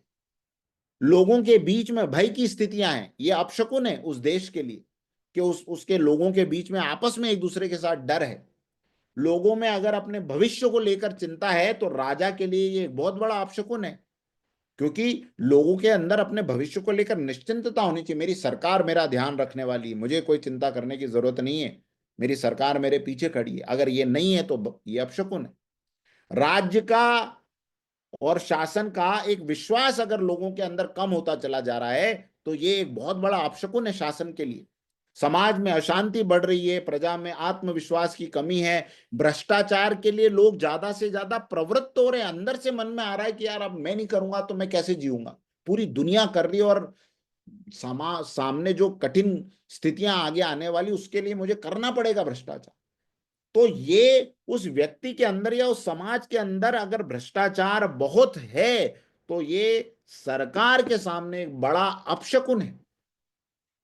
ये गीता हमें यहाँ पे ये सिखाती है कि किस प्रकार से हमारे देश ने अलग अलग स्तरों पर, व्यक्तिगत स्तर पर, सामाजिक स्तर पर, मनोवैज्ञानिक स्तर पर, किस प्रकार से हमारे चेकिंग पैरामीटर बना दिए थे। अच्छा समय कैसे देखा जाता है, कैसे जाना जाता है, ये सामाजिक शगुन की निशानियां हैं। व्यापारिक शगुन, आप सब व्यापारी हैं इसलिए मैं विशेष रूप से बताना चाहूं, व्यापारिक शगुन क्या है? मालिक के मन में संतोष का भाव, मैं जो कर रहा हूं अच्छा कर रहा हूं, भला कर रहा हूं, रात को सोते समय उसको अच्छी नींद आ रही है, ये व्यापारिक शगुन है। कर्मचारियों का मालिक में विश्वास होना, मूल्यनिष्ठ व्यापार में यानी मॉरल वैल्यूज के साथ व्यापार करने में मजा आना, ये व्यापार का शगुन है। आपके कॉम्पिटिटर्स का कंट्रोल में रहना व्यापार का शगुन है। ग्राहकों की हमेशा उपलब्धता बने रहना, नई नई लीड्स आते रहना, एग्जिस्टिंग कस्टमर्स का सेटिस्फैक्शन का होना, उनसे समय पे धन का प्राप्त होना, ये सब शगुन है। गवर्नमेंट का आपके लिए नीतियां ऐसी बनाना जिससे आपका व्यापार फ्लरिश हो, ये व्यापारिक शगुन है। और व्यापारिक अपशगुन क्या होंगे ये मैं आपके ऊपर छोड़ रहा हूं, ये आपका होमवर्क है। आपने लिस्ट बनानी है व्यापारिक अपशकुन की। हाँ, बुरे संकेत, जिसको अगर व्यापारी जाने तो उसको समझना चाहिए भैया समय ठीक नहीं चल रहा, मेरे आसपास कुछ तो गड़बड़ चल रही है। Let me go to my Keshav, let me speak to my Krishna, let me take the guidance from my mentor, let me do my own homework, own self reflection, where I am going wrong, where I am doing wrong, where I am thinking wrong। ये आपका homework है। ये व्यापारिक अपशकुन, ये संकेत हैं। जैविक अपशकुन भी होते हैं हमारे शास्त्रों में। जैविक अपशकुनों में जो आजकल विशेष रूप से मजाक का पात्र बन गए हैं वो ये है, जैसे हम कहते हैं यार गाय दिख गई, आहा हा, हाँ चलो दिन अच्छा जाने वाला है, गाय के दर्शन हो गए। कुत्ता अगर पूंछ हिलाते हुए स्वागत कर रहा है ना, मोर नाचता हुआ शुभ माना जाता है। उल्लू वैसे अशुभ है लेकिन धन का संकेत है। बंदर का दाएं तरफ से चले जाना अच्छा माना जाता है। छछूंदर और भी स्थानीय भी हैं, गांव के क्षेत्रों के भी विशेष, जैसे एक नीलकंठ पक्षी का दिखना बड़ा शगुन माना जाता है। तो अब ये इस पे मुझे विशेष रूप से इसलिए कुछ नहीं कहना कि इनके पीछे भी बहुत बड़ा ऑब्जर्वेशनल साइंस है। एक मैं कहीं पढ़ रहा था कि जब बारिश बहुत होने वाली होती है ना, उसके पहले चींटियां अपनी बांबी छोड़ देती। तो पहले के लोग चींटियां अपना घर छोड़ने लग जाती, उसमें से बाहर निकलने लग जाती, उनको एहसास हो जाता है। ऐसे भूकंप में, मैं अभी एक नेटफ्लिक्स पे एक डॉक्यूमेंट्री पीछे देख रहा था, हाथी 100 मील दूर पानी कहां पर है ये अपने पैरों से पहचाने।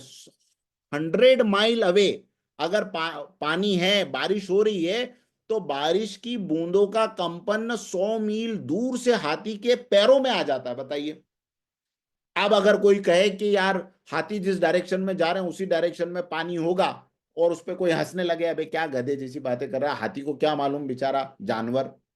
लेकिन आपको और हमें अब ये मानना पड़ेगा, और अब ये साइंस प्रूव कर चुकी है कि बहुत सारे मामलों में जानवर हमसे ज्यादा सेंसिटिव हैं, हमसे ज्यादा ब्लेस्ड हैं, है ना। कुत्ते का पूंछ हिला के स्वागत करना तो वैसे ही शगुन है। हाँ, पूंछ टेढ़ी करके अगर आपका स्वागत करे और गुर्रा दे तो वैसे ही शगुन हो जाता है, ये तो हम सब भी जानते हैं ना। विशेष रूप से ये जैविक शगुनों की बात है, और अपशगुन की भी बात है। बिल्ली, कुत्ता, है ना, रात में उल्लू का उल्टा बैठना, सांप का दिखना। अब ये सांप का दिखना, चूहे का दिखना, ये अपशगुन क्यों था? उस समय आप देखेंगे छोटे छोटे घर हुआ करते थे, घरों में इस प्रकार की व्यवस्थाएं नहीं थी जैसे आज के समय में। अगर घर के आसपास कहीं सांप दिख गया तो वैसे ही खतरे की निशानी।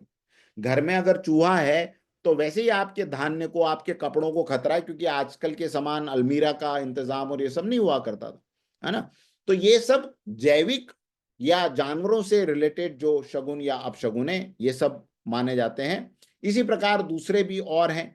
शारीरिक, हमारे शरीर के लक्षणों को देख के भी हमें पता लग सकता है कि हमारा काल ठीक ठाक जा रहा है कि नहीं जा रहा है। अगर कोई अपने शरीर को गौर करे तो उसको समझ में आ जाएगा कि यार मेरे लिए कौन सा काम ठीक करना है, नहीं करना है। आर्थिक शगुन, है ना, इकोनॉमिकल अप्स एंड डाउन्स को वो अगर वो देख सके, जान सके, तो बड़े काम कर सकता है भविष्य के। यानी अपने आसपास की परिस्थितियों पे एनालिटिकल व्यू रख के उनको एनालाइज करके काम करने का विज्ञान ये शगुन का विज्ञान है। कृषि के लिए कब बीज बोना है, कब नहीं बोना है, अगर आप ये एनवायरमेंट को नहीं समझेंगे बड़ा खतरनाक हो जाएगा। इसी तरह यात्रा के भी शगुन है। आजकल यात्रा का शगुन है जीपीएस देख के निकलना।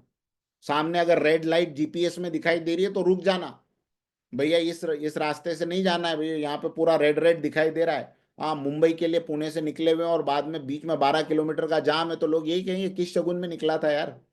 हाँ, तो इसको ध्यान रखना। तो ये सारे शगुन और फिर देवीय शगुन यानी ईश्वर के कुछ विशेष अनुकंपा के दिन है, नवरात्रि इत्यादि हैं, दशहरा इत्यादि हैं, इन इन गुरु पुष्य नक्षत्र है, इन सारी चीजों को कंसीडर करते हुए एक विशाल दर्शन शास्त्र का निर्माण हमारे यहाँ पर हुआ और उसने मानव सभ्यता को बहुत सी ऊंचाइयां दी। आज भी अगर कोई सिस्टमेटिकली और साइंटिफिकली इन चीजों को ध्यान रखते हुए प्रयोग करता है तो अपनी लाइफ में बहुत कुछ ईज उसकी लाइफ में आ सकता है।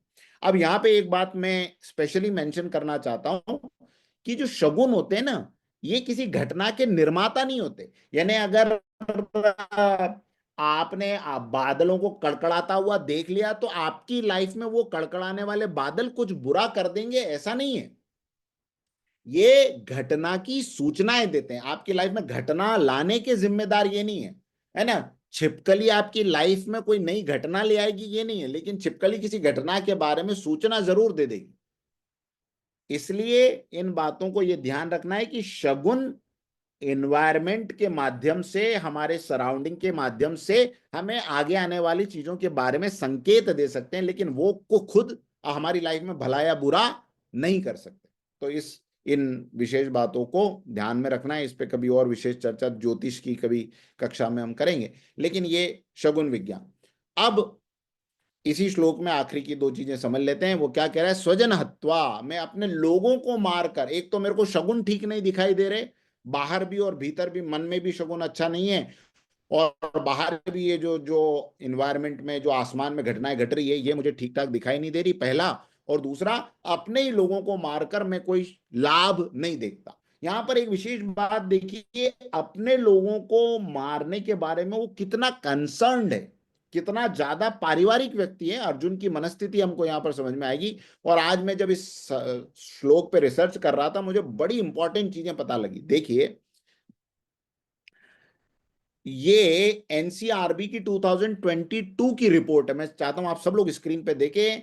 एनसीआरबी 2024 में भारत के अंदर हत्याओं का आंकड़ा उसने डिक्लेयर किया है। एक साल में 28,522 हत्या के मामले, पारिवारिक हत्याओं के मामले सामने आए, जिसमें प्रतिशोध लेना इससे 3,700, मामूली झगड़े में परिवार में 3,294, पारिवारिक विवादों में इतनी हत्याएं, फिर इतनी जमीन जायदाद, अवैध संबंध, प्रेम प्रसंग, पैसों का विवाद, लाभ के उद्देश्य से, ये सारे आंकड़े सामने हैं। हत्वा स्वजन माहवे, अपने स्वजनों को मारने में जिस अर्जुन को कल्याण नहीं दिखाई दे रहा था, उसी के वंशज आज हम सब लोग इस आंकड़े के सामने खड़े। ये एक साल का आंकड़ा है, 28,000 पारिवारिक हत्याएं हुई। इनके बात कर लेना मित्रों, तो तीन कारण मोटे मोटे रूप से हैं, इसको थोड़ा सा टच कर लेते हैं। पहला है मनोवैज्ञानिक कारण, साइकोलॉजिकल फैक्टर। साइकोलॉजिकल फैक्टर में ये सारे आ गए, क्रोध और आवेश। आप देखें कहीं पे भी आप पारिवारिक हत्याओं की न्यूज पढ़ेंगे, आपको तीन में से एक कारण मिलेगा ही मिलेगा। क्रोध और आवेश में आ गया, कोई मानसिक विकार था, परिवार ने उस पर ध्यान नहीं दिया, बाद में उठा के उसने रात को सबको निपटा दी। असुरक्षा की भावना किसी के अंदर आ गई, किसी के अंदर कोई जुनूनी व्यवहार, आवेश जिसको कहते हैं, पुरानी दुश्मनी या बदले की भावना ले ली, कोई पारिवारिक लोग ही कोई ऐसा दुर्व्यवहार कर देते हैं, शारीरिक दुर्व्यवहार हो सकता है, मानसिक दुर्व्यवहार, जिसका ट्रोमा रहता है, वो बाद में उसका बदला लेता है। अथवा तो ज्यादातर आजकल यूथ जो जिस वजह से परिवार में हत्या का कारण बन रहा है, नशा, मादक पदार्थ, ये सबसे बड़ा कारण बनता जा रहा है। ये तो जड़ है एक तरह से इन सब चीजों की। हाँ, तो मनोवैज्ञानिक कारण तो ये है। दूसरा कारण सामाजिक कारण में क्या है, ये सारे सामाजिक कारण तो आपको पता है, ये संपत्ति का विवाद, शर्मिंदगी का डर, पारिवारिक संरचना ऐसी, आर्थिक तंगी है, आर्थिक तंगी में भी लोग एक दूसरे को मार देते, परिवार के अंदर हत्याएं शुरू हो जाती है। अंधविश्वास या काला जादू, बहुत सी हमें ऐसी घटनाएं मिलती है। अपने ही बच्चे की बलि दे दी, अपने चाचा के बच्चे की बलि दे दी, पति की बलि दे दी। अभी दिल्ली में वो पीछे एक बड़ा दुर्दांत कांड हुआ था, परिवार के पूरे 12-15 सदस्य ही सब लटक गए थे, फांसी पे लटक गए थे रात में। तो ये सब क्या था?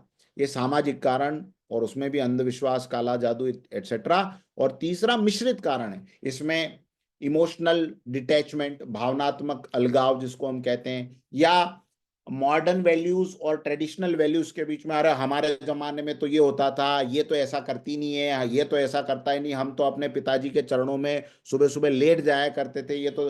अब वो बहुत सुन सुन सुन के पिताजी को एक दिन उसने परमानेंटली लेटा दिया कि अब आप लेटे ही रहो अपने पिताजी के चरणों में। तो ये नहीं हो, इसलिए ये पारंपरिक मूल्यों में टकराव नहीं हो। मीडिया का अपराध, मीडिया का बहुत प्रभाव पड़ रहा है जनरेशन पे, नई जनरेशन पे, और सोशल स्टेटस, ये सब चीजें हम तो कॉलेज में इन सब से डील कर रहे हैं। तो समाधान क्या है? देखिए, दो चीजें मैं बता दूं। पहला समाधान पहले स्तर पे करना पड़ेगा, अगर अपने समाज को बचाना है, अपने परिवार को बचाना है, और अर्जुन जैसे लोगों के का समाज वापस बनाना है। तो पहला तो पहले स्तर पे समाधान, जिसको मैं मतलब अपने दिल जान से सारी गारंटी के साथ दे सकता हूं, वो है सबसे पहला गर्भ संस्कार।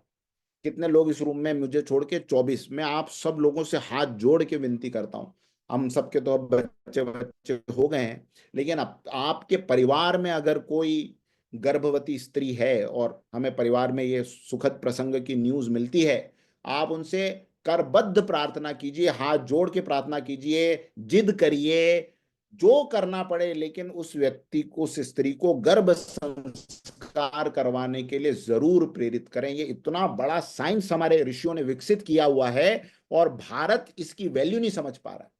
हम बच्चे के मेंटल डीएनए को, जेनेटिक सोच को बचपन से पहले ही गर्भ में बदल दें, इसका विज्ञान हमारे पास है। गर्भ संस्कार, आप अपने समय, ज्ञान और प्रभाव का यूज जरूर करिए लोगों को इसकी प्रेरणा देने के लिए, और हम अजय भारत में इसको शुरू करेंगे आगे चल के। और गर्भ संस्कार के लिए अब तो हर जिसको कहते हैं रिलीजियस ऑर्गेनाइजेशन, चाहे ब्रह्म कुमारीज हो, चाहे इस्कॉन हो, या और भी कोई हो, गायत्री परिवार, तो बहुत बहुत पहले जब दुनिया में और कोई बात ही नहीं कर रहा था, उस समय परम पूज्य गुरुदेव ने ये बात रखी।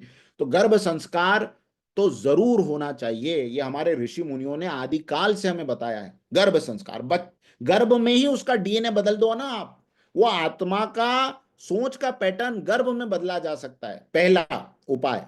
दूसरा उपाय, पारिवारिक वातावरण बचपन में आध्यात्मिक रखा जाए। इसमें आपको माता पिता को मिलकर ये कोशिश करनी पड़ेगी, हमारे परिवार का वातावरण इतना आध्यात्मिक हम बना दें, वहां पर ऐसे आदर्श महापुरुषों की चर्चा हो, अर्जुन के इस त्याग के बारे में बात हो, पारिवारिक, भगवान राम का परिवार से क्या नाता रहा है, भगवान कृष्ण का परिवार से क्या नाता रहा है, ऐसे सारे महापुरुषों के पारिवारिक जीवन को लेकर क्या क्या उनके काम है, उस पर चर्चा हो।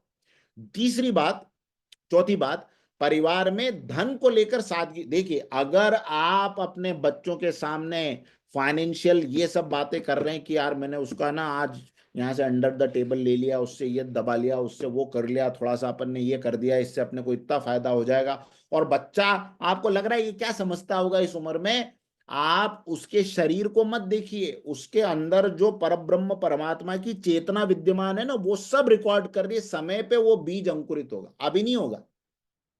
अभी तो आपकी गोद में बैठा हुआ वो अपना गेम खेल रहा है मोबाइल में, लेकिन जिस दिन उसका मेंटल गेम शुरू होगा, यही बीज जो आप उसके सामने बो रहे थे, वही एक दिन उगेगा, और वही एक दिन पूरे परिवार के बीच में ऐसी स्थिति क्रिएट कर देगा कि वो आपको लगे यार इसके अंदर ये कैसे आ गया। और जो आप दूसरों के लिए कर रहे थे, वो आप वो परिवार में करने लगे। तो धन को लेकर एक आप करोड़पति रहिए, परिवार में, घर में एकदम सादगी, एकदम सादगी। धन का उपयोग कहाँ करना है, ये भी तो एक आर्ट है। बच्चों से धन के सही उपयोग पे चर्चा, पैसे दिए हैं बेटा, इसका क्या उपयोग होता है, देखिए इसका एक उपयोग कर सकते हो आप अपनी लग्जरी को बढ़ाने के लिए, इसका एक उपयोग अपन कर सकते हैं गरीबों की सेवा करने के लिए। तो अपन इस महीने में चलेंगे, हम ये चैरिटी करेंगे, हम गरीबों को कंबल दे कर आएंगे, हम लोगों को खाना खिलाएंगे। बेटा ये धन कहाँ जाएगा। ये धन बेटा पापा मम्मी मेहनत करते हैं, उसमें से वो अपना एक अंश देते हैं, ताकि हमारे समाज में, ये भी तो हमारे भाई हैं, इनका भी कष्ट दूर करना हमारा फर्ज है। ये बातें उसके अंदर उतारना पड़ेगी। जब उसको ये समझ में आएगा कि धन का मतलब है लग्जरी, धन का मतलब है नई नई गाड़ियां, नई नए बंगले, जब धन का मतलब उसको विदेशों की ट्रिप ही नजर आएगी, तो फिर आप उससे आगे चल के 18 साल में चर्चा करेंगे कि यार ये तू क्या कर रहा है ये सब अपने पैसे के साथ, मेरे पैसे के साथ, कार्ड्स के, क्रेडिट कार्ड्स के साथ में। वो बोलेगा यार जो रिकॉर्ड भरा था वही तो बजा रहा हूं। एक दूसरे से तुलना की कमी, हाँ, बच्चों के सामने कभी भी किसी अपने आप की तुलना दूसरे से, यार उसके पास ये है, अपने पास ये नहीं है, देखो यूं नहीं है त्यों नहीं है, ये अगर तुलनात्मक दृष्टिकोण बच्चों के बीच में आपने ला दिया, तो वो अपने आप की भी तुलना करते हुए आएंगे दोस्तों के बीच में से, और फिर आपको ये कहेंगे कि नहीं उसके पास ये है, क्योंकि आपने कभी इस तरह की बातें करी है, या तो वो जब गर्भ में था तब करी है, या तो फिर उसके समय में जब वो आसपास घूम रहा था तब है। अगली बात, हाथ जोड़ के विशेष प्रार्थना है, अपने अपने परिवारों में, लार्जर कुटुंब में ये बात देखें, बच्चों के सामने व्यसनों का प्रयोग ना करें। पहली प्रार्थना तो व्यसनों से दूर दूर रहें, लेकिन आजकल मैं देख रहा हूं इतना भयानक वातावरण है कि मैं आपको बता नहीं सकता। माँ बाप बच्चों के सामने शराब पीते, माँ बाप या पिताजी बच्चों के सामने सिगरेट पी रहे हैं। अब आपको क्या लग रहा है, वो क्या आपकी खाली, अच्छा सिगरेट पीते पीते उसको समझा रहे हैं या डांट रहे हैं या जो भी कर रहे हैं, शराब पीते हुए कर रहे हैं, शराब पी के आ रहे हैं, जो भी कर रहे हैं, क्या उसके अंदर वो ग्रामोफोन जा नहीं रहा रिकॉर्ड में उसके? अरे इतना भयंकर जा रहा है कि आप तो सिगरेट शराब पे जाके रुक गए, वो सिगरेट शराब से जीवन शुरू करेगा और वहां तक जाएगा जहां तक हमने कल्पना नहीं की होगी।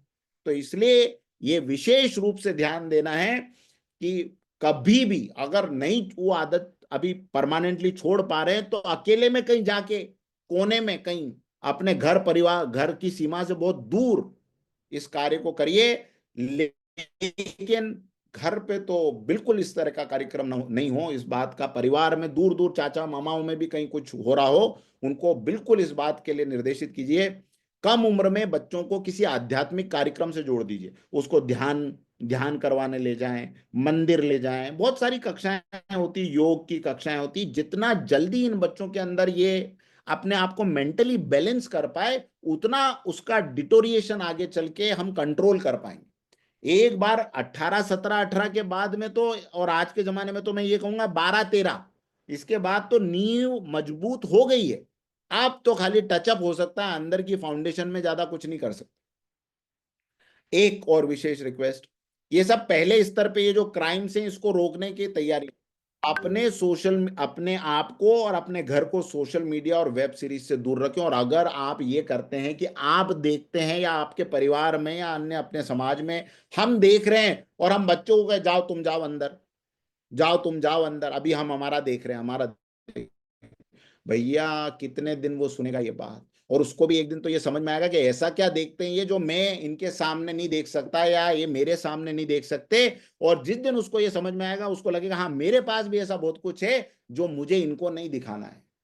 फिर वो अपने मोबाइल में, फिर वो अपने लैपटॉप में, टैबलेट में ऐसे ऐसे दृश्य देखेगा और आपको कहेगा आपके काम का नहीं, आप जाओ उधर। क्योंकि ये तो हमने ही शुरुआत की थी ना, बेचारा छोटा था जब हमने ही समझा जा उधर जा। क्यों? आप अपने बच्चों के लिए ये त्याग नहीं कर सकते कि जो उनके सामने आप न देखें, न देख सकें, उसको आप देखें ही ना, देखें ही ना उसको। इसलिए माता पिता पेरेंटिंग की कला सीखें। ये एक तरह से हमारे समाज में एक नोशन आ गया है कि शादी कर लेना माँ बाप होने का प्रमाण पत्र है। जिस दिन ये नोशन टूटा उसी दिन हमारा कल्याण होगा।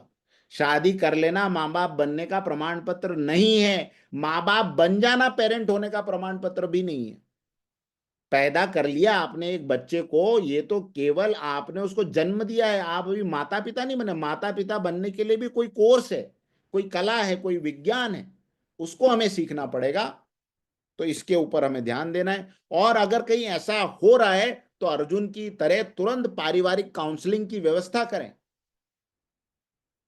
पारिवारिक काउंसलिंग की व्यवस्था बहुत जरूरी है। मैं नाम नहीं लेना चाहूंगा, लेकिन अपने एलसी ग्रुप में एक एक मेंबर है, उन्होंने अपने बच्चे के लिए ऐसी उनको उसको उनका कंसर्न हुआ, उन्होंने अपने बच्चे के लिए वो व्यवस्था करी, मुझसे बात करी, सर इसको मैं कैसे आपके साथ टच में करके काउंसलिंग का आप कर सकते। मुझे उनका कंसर्न इतना अच्छा लगा, वो देख के मुझे लगा यार ये ऐसे पारिवारिक काउंसलिंग की व्यवस्थाएं, कुछ चर्चाएं होनी चाहिए। तो पहली बात। दूसरी बात, दूसरा स्तर, ये तो पहले स्तर पे हो गया। ये काम अगर हो गया तो 90% हमारी ये जो प्रॉब्लम है ना, हत्वा स्वजन महावे, परिवार में हत्याओं का रुकना, परिवार में पारिवारिक डोमेस्टिक क्राइम्स, ये अपने आप पहले स्तर पे कम हो जाएंगे। दूसरे स्तर पे कुछ सामाजिक रूप से, जैसे अजय भारत है, या हम किसी सरकार के साथ में बात करके कुछ जागरूकताएं चलाएं, है ना, अवेयरनेस ड्राइव्स। मनोवैज्ञानिक सहायता के लिए साइकोलॉजिस्ट हैं हमारे ग्रुप में अच्छे अच्छे, वो सामने आए, थोड़ा वॉलंटियरिंग करें इस चीज के लिए। हम थोड़ा गवर्नमेंट के साथ बात करके न्याय तेजी से करें, क्योंकि लंबे लंबे समय तक चलता है, अभी चलेगा मालूम है 20 साल, तब तक तो हम प्रॉपर्टी का जो करना है वो कर ही लेंगे। तो ये सख्त कानून हो, थोड़ा इकोनॉमिकल सुधार जिसको कहते हैं वो हो, महिलाओं को अपने अधिकारों के लिए और मुखर रूप से सामने आना पड़ेगा और उनको जागृति करनी पड़ेगी। शिक्षा हो, संवाद की बात हो, बचपन में स्कूल के साथ साथ ये सारी मॉरलिटी चलनी चाहिए। आज सबसे बड़ी दिक्कत जो एजुकेशन सिस्टम में होके मैं देख रहा हूं, स्कूल्स मॉरलिटी से अपने आप को बिल्कुल अपोजिट कर चुके हैं। पहले गुरु और शिक्षक दोनों एक ही व्यक्ति के अंदर पाए जाते थे, आज गुरु अलग खड़ा है, शिक्षक अलग खड़ा है। द्रोणाचार्य ने ये नहीं कहा कि मैं केवल केमिस्ट्री और मैथ्स ही पढ़ाऊंगा बच्चों को, द्रोणाचार्य ने अर्जुन को मॉरलिटी सिखाई, इसी का परिणाम है कि वो द्रोणाचार्य के सामने हाथ नहीं उठा पा रहा है। आज का शिक्षक बच्चों के सामने सिगरेट पी रहा है, आज का शिक्षक बच्चों के साथ रात को बैठ के शराब पी रहा है। किस समाज का हम निर्माण कर रहे हैं, किस तरह की शिक्षा की हम बात कर रहे हैं। आज का शिक्षक बच्चों को क्लबों और पार्टियों में जाने के लिए उकसा रहा है। तो शिक्षा और संवाद ये हमारे समाज में वापस से सनातन मूल्यों पर आधारित होने चाहिए। अंधविश्वास को खत्म करें हम लोग, और समाज और सरकार की भागीदारी से इस देश के निर्माण की बात सोचें, तो निश्चित रूप से मैं कहूंगा कि इस अर्जुन की कॉन्शियसनेस के लोग हम पैदा कर सकते हैं। आज भी वो ज्ञान विज्ञान हमारे पास है, देर हो चुकी है लेकिन बहुत देर भी नहीं हुई है। हमारे पास में वो सारा ढांचा मौजूद है जिससे परिवारों के अंदर ये वापस आध्यात्मिक श्रृंखलाओं का निर्माण हो सकेगा। तो आज की कक्षा को गीता की हम यही 31वें श्लोक पे विराम देते हैं। अगले बुधवार को फिर आगे की चर्चा करेंगे। प्रश्नोत्तर अगर कुछ हैं, या आप कुछ आज के इस विषय पे कहना चाहते हैं जो आप परिवार में देख रहे हैं, तो जरूर हम 5-10 मिनट उस पर बात करेंगे और फिर शांति पाठ करके विराम करेंगे। एक विशेष अनुरोध इसके पहले कि आप सब लोग कहें, जनवरी का महीने में अजय भारत में अगेन जो हमें अपना अपना कंट्रीब्यूशन देना है, एक विशेष अनुरोध है, आप सब लोग अपना मंथली कंट्रीब्यूशन उसमें दें, ताकि और भी कार्यक्रम आगे चल के हम प्लान करना चाहते हैं। जैसे एक बार पहले भी कहा था कि एक बार एक मूल्य दे देना वो एक अलग बात है, और मंथली थोड़ा थोड़ा थोड़ा थोड़ा उसके अंदर कंट्रीब्यूट करते रहना, ये एक बड़ी बात है। उससे एक रिजर्व हमारा ऐसा बनेगा जिससे हम बहुत सारा अच्छा काम इस समाज के लिए कर पाएंगे। यस, गौरव अग्रवाल जी। धन्यवाद ऋषि सर। परिवार में जो इस समय समस्याएं सभी घरों में लगभग आ रही हैं, ये तो देखा जाए तो अगर परिवार के 4 सदस्य हैं, किसी एक सदस्य ने भी अपने आप को ठीक किया है आपके माध्यम से या कोशिश कर रहा है, बट ये समस्या आती है कि परिवार के बाकी सदस्यों को भी कैसे अलाइन करें। ये भी एक कहीं ना कहीं गैप क्रिएट होता है कि ठीक है, हमें तो इस बात की समझ आ रही है, लेकिन सभी लोगों को साथ में कैसे जोड़ें। तो इसके बारे में क्या कर किया जाए, कैसे किया जाए, आपका कोई इस पर विचार। और इसके बाद मेरा एक सवाल और है श्लोक 27 को लेकर के, पहले इसको कर लेते हैं जी। देखिए, जैसे मैंने कहा कि ये तो बहुत पहले से करने वाली बात है ना। जैसे मैंने अभी बताया कि 12-13 के बाद तो बच्चों की भी फाउंडेशन मजबूत हो जाती, फिर तो आप ये कहेंगे ना बेटा यहाँ पर आके बैठो, तो कहेगा अरे पापा मेरे को नहीं करना, प्लीज मेरे को मेरा काम करना है। ये मैं अक्सर देखता हूँ। तो पहली बात तो गर्भ संस्कार का महत्व समझ के 12 साल से कम उम्र में ही अपने आसपास वो आध्यात्मिक वातावरण परिवार का बनाने की भरसक प्रयास करें। और अगर वो सीमा निकल चुकी है तो फिर कोशिश ये करें कि धीरे धीरे बच्चों के अंदर वो प्रेरणा धीरे धीरे लाने की कोशिश करें। अच्छा बेटा, इतना 1 घंटा नहीं बैठ सकते तो चलो प्लीज मेरे साथ हनुमान चालीसा कर लो ना, मुझे अच्छा लगेगा आपके साथ बैठ के हनुमान चालीसा करना, चलो अपन मंदिर जाके आते हैं। कुछ ऐसी एक्टिविटीज के थ्रू उनको करने की कोशिश करें कि भाई गीता के ऊपर मैंने एक क्विज प्लान करी, आज कौन उसको अटेम्प्ट करने की कोशिश करेगा, मैं 5 क्वेश्चन करूंगा, आपको गीता है आपके पास, आप पढ़ के आओ, 7 दिन के बाद मुझे आंसर करो। मैं अपने बच्चे के साथ इस तरह के बहुत से प्रयोग करता रहता हूँ। मैं उसको कहता हूँ हमारे कॉलेज में एक ऐसी क्विज है, क्विज निकली है कि जो गीता के इसमें से पहले अध्याय में से 4-5 चीजें सुनाएगा, 4-5 श्लोक सुनाएगा, उसको फिर प्राइज मिलेगा, तो तू तैयारी कर। तो इस प्रकार से प्राइज में ही लेके आ जाता हूँ कि ये सर्टिफिकेट मिल गया, ये कुछ गिफ्ट ले आए, इस प्रकार से, है ना, किसी न किसी मोटिवेशन का यूज करके बच्चों को, क्योंकि भय से या दंड का प्रावधान करके तो ये पीढ़ी समझने वाली नहीं है।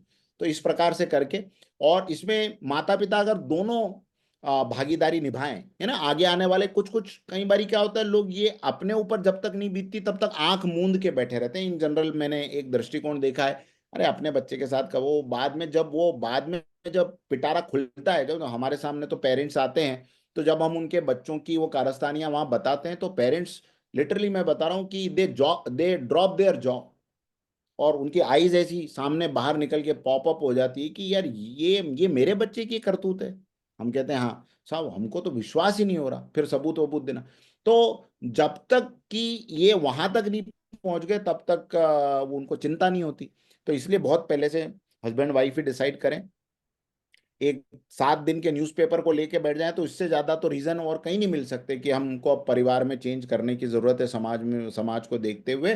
तो इस चीज को देख के फिर हस्बैंड वाइफ डिसाइड करें कि हम मिल के ये करेंगे। इसमें दोनों का सहयोग जरूरी है, क्योंकि पिताजी थोड़े से सख्त होते हैं तो बच्चा माँ की तरफ चला जाता है, माँ थोड़ा सा करने की कोशिश करती तो पिताजी के पीछे खड़ा हो जाता है जाके, और फिर हमको भी प्यार मारे जाने दो यार, नहीं, इस मामले में कोई कॉम्प्रोमाइज नहीं, ये कार्य इस समय पे होगा, सारा परिवार मिलके भगवान की आरती करेगा, सारा परिवार मिलके गायत्री का मंत्र जपेगा, सारा परिवार महीने में एक बार यज्ञ करेगा, इसमें कोई कॉम्प्रोमाइज नहीं होगा, माता पिता दोनों मिलके तय करें, तो धीरे धीरे ये नींव मजबूत होने लगेगी। थैंक यू सर आपके टिप्स के लिए। और एक श्लोक 27 में एक छोटा सा बस मुझे कंफ्यूजन ये है, आपने करुणा से और कायरता से दोनों के बारे में बताया, और कायरता क्यों है इसके बारे में भी आपने बताया। श्लोक का पहले तो वो हिंदी मीनिंग तो है ये करुणा से युक्त होकर शोक शोक करते हुए, इसका हाँ, संस्कृत वाला जो लाइन है वो कौन सा है, मतलब ये लाइन की संस्कृत कौन सी है। ये श्लोक 27 में हाँ, करुणा से युक्त होकर शोक करते हुए, हाँ, क्योंकि यहां पर कृपया, आपने करुणा जी। ये जो 27वें श्लोक में कृपया परयाविष्टो विषीदन्न निदम ब्रवीत, ये जो है, ये इस भाव को कह रहा है, कृपया परयाविष्टो, कृपया का मतलब करुणा से आविष्ट होकर, है ना, कृपया से करुणा से आविष्ट होकर, विषीदन यानी विषाद करते हुए या शोक करते हुए, इदम ब्रवीत, ये कहा, क्या कहा, फिर नीचे आ गया वो इस तरह से। तो इसमें करुणा से युक्त जो आपने सरल गीता दी है उसका हिंदी मीनिंग दिया है, करुणा से युक्त होकर शोक करते हुए। तो ऐसा इसका मीनिंग लग रहा है कि पिटी फॉर्म में ही है, इन द सेंस कि आपने कायरता भी जरूर कहा है, बट कायरता का भाव इससे निकल के आता है क्या, मतलब ये बात इससे नहीं निकल के हालांकि आता आपने है क्या। एक्सप्लेन किया है इसको।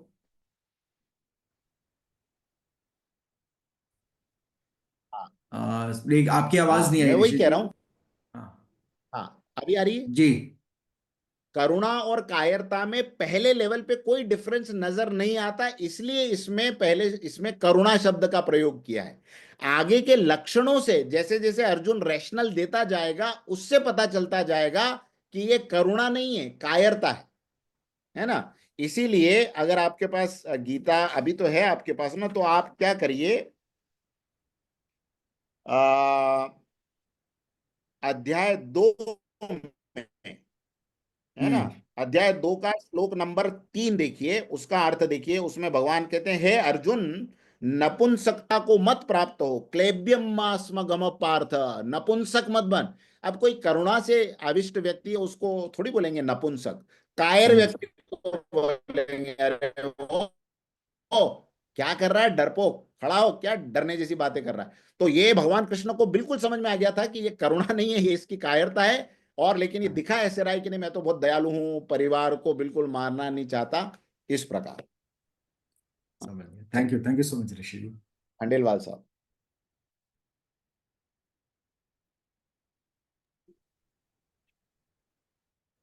नमस्कार सर।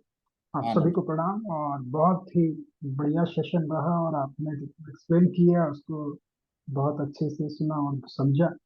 और जैसा कि आप बता रहे थे और जैसा कि इसमें जो एक्सप्लेनेशन है वो बहुत ही अच्छा है। स्टेट ऑफ इनेक्शन जब भी किसी में आएगा उसके फीचर्स कैसे आते हैं, आपने जो संस्कृत रूपांतर हिंदी में किया तो उससे अच्छे से समझ में आया। और ये सबको समझने की जरूरत है। और यहाँ पर जो एक और इम्पोर्टेंट चीज आपने अभी बताया, गर्भ संस्कार, ये बहुत ही इम्पोर्टेंट सब्जेक्ट है जिसके ऊपर हम बहुत पीछे जाते जा रहे हैं despite having much of the knowledge. और मैं पिछले 18 साल से एज रेडियोलॉजिस्ट अल्ट्रासाउंड करता हूँ। और जब भी एक प्रेग्नेंट लेडी मेरे पास आती है तो मेरा पहला क्वेश्चन उससे यही होता है कि आप महाभारत को जानते हैं, मतलब में कोई ऐसा पात्र है जिसको आप जानते हैं कि प्रेगनेंसी से रिलेटेड कुछ है क्या उसमें? वो इसका आंसर नहीं पता होता। सिर्फ 10% लोग इसका आंसर देते हैं। और 10% जो आंसर देते हैं उसमें भी उसका इन्फ्रेंस निकालते सिर्फ 5% है। और 5% जो इसका इन्फ्रेंस निकाल लेते हैं अभिमन्यु को जानकर, वो भी आगे कमिट नहीं करते कि अब मैं अपना एनवायरनमेंट सुधारूंगी या सुधारेंगे, सो डेट कि आने वाला जो हमारा कल है, जो फ्यूचर है, वो बेहतर हो जाए। तो that is the state of our society, जो देखकर और सोचकर मुझे बड़ा झटका लगता है। और मैं कोशिश करता हूँ कि अल्ट्रासाउंड करते हुए भी मैं कैसे लोगों को प्रेरित कर सकता हूँ कि वो अपने सोचने का, समझने का और अपना एनवायरनमेंट चेंज करें। क्योंकि एनवायरनमेंट सबसे ज्यादा इम्पोर्टेंट है। वो आपके अंदर सेलुलर लेवल पे भी काम करता है, उसको बदलने की क्षमता रखता है। और इसको बहुत अच्छे से एक्सप्लेन करने के लिए, सबको बताने के लिए मैं आपका बहुत धन्यवाद। Thank you. बहुत बहुत धन्यवाद डॉक्टर साहब। तो देखिए, ये जिसको मैं कहता हूँ ना, गुरुदेव क्या करते थे, हमारे समय, ज्ञान, प्रभाव और धन का एक अंश। तो समय, ज्ञान और प्रभाव, ये तीनों यूज कर रहे हैं डॉक्टर साहब। रेडियोलॉजिस्ट भी हैं, समय तो अल्ट्रासाउंड में दे ही रहे हैं, ज्ञान भी है उस सब्जेक्ट का कि गर्भ संस्कार से क्या होता है, और अपना प्रभाव भी, क्योंकि अब रेडियोलॉजिस्ट ने कहा है तो डेफिनेटली वो सुनेगा और उसको कहीं ना कहीं 2 10 में से 2 तो उसको इम्प्लीमेंट करेंगे। तो ऐसे आप अपने परिवार में कहीं पे, हर एक व्यक्ति कहीं ना कहीं एक सुपीरियर वो रखता है, उसकी कुछ लोग उसके परिवार के, उसके कुटुंब के उसकी बात मानते हैं। तो जहां जहां आपको लगे, या अपने ऑफिस के लोगों में अगर आप किसी को देखें कि कोई कह रहा है साहब there is a good news in my family, उसको बिठा के समझाइए, उसको बताइए गर्भ संस्कार की महत्ता क्या है, क्यों करना चाहिए, बच्चों का ये कैसे बचपन में ही, अब गर्भ में ही इसका ट्रांसफॉर्मेशन हम कर सकते हैं। इसके ऊपर थोड़ी सी बात करके अपनी तरफ से एक पुश देने की कोशिश। अल्टीमेटली समाज में एक एक अच्छी आत्मा का आना पूरे समाज के लिए ब्लेसिंग है, उसके परिवार के लिए तो है ही, और एक बुरी आत्मा का आना पूरे समाज के लिए कर्स है। हम्म। वो उस घर में पैदा होगा लेकिन बुरे काम खाली घर में ही नहीं करेगा, बाहर जाके समाज में भी करेगा। तो इस बात का भी विशेष रूप से ध्यान रखना। Yes, doctor Dinesh Sharma ji. देखिए, एक्चुअली ये है कि शिक्षा तो कहीं से भी प्राप्त करी जा सकती है, लेकिन संस्कार तो घर से ही प्राप्त होते हैं।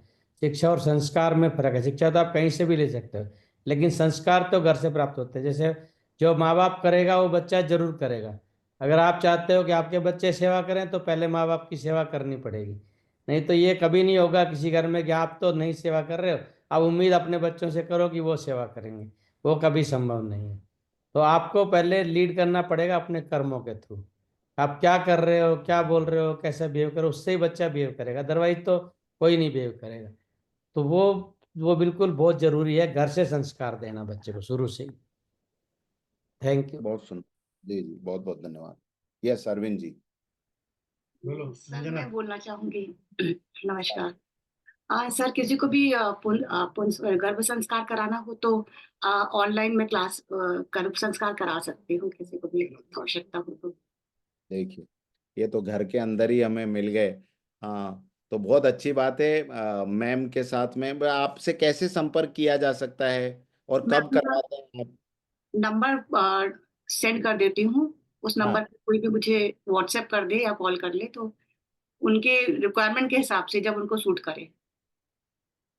बहुत अच्छी बात है। देखिए, तो आप कहीं जाने की भी जरूरत नहीं है डॉक्टर साहब। आप भी अपने पेशेंट्स को कह सकते हैं, नंबर दे सकते हैं मैडम का, और अपने परिवार में, अजय भारत के परिवार में ये योजना हो सकती है। तो निश्चित रूप से इसको बड़े पैमाने पे करना चाहिए। Thank you so much madam. Yes, Darshan ji. जिसे प्रणाम। बहुत ही सर ऐसा विषय छेड़ दिया आपने कि जैसे खंगाल देते हैं किसी, जैसे एक पर जहर तो पहले ही समाज में फैला हुआ है, उसको और आपने वो कर दिया, कि बोलते हैं मंथन कर दिया उसका उसका तो मैं तो स्तब्ध हो गया भाई, वाकई में इस संसार में, इस जगत में क्या चल रहा है। सारा काम इशारों का ही है। एक छोटी सी एक कहानी बताऊंगा। एक कुम्हार चिलम बनाते हुए, चिलम बनाते बनाते उसने अचानक विचार उसका बदला और उसने उसको सुरही बना दिया। पास में उसकी पत्नी बैठी हुई थी। उसने पूछा, ये अचानक कैसे चिलम से तुमने सुरही बना दी? बोले, विचार बदल गया। तभी मिट्टी में से आवाज आई कि तुम्हारा तो विचार बदला, मेरा तो संसार ही बदल गया। क्या बात है, क्या बात है। तो देखिए, विचारों से ही हमारे संस्कार बनते हैं, संस्कार ही हमको आगे चल के उस समाज को हम परोसते हैं। तो ये सब चीजें सर वाकई में कुछ शुरुआत तो घर से होती है। विचार तो विचार तभी अच्छे बनेंगे जब हम अपने घरों में आध्यात्मिक रुचि खुद की भी बढ़ाएंगे, बच्चों की भी बढ़ाएंगे।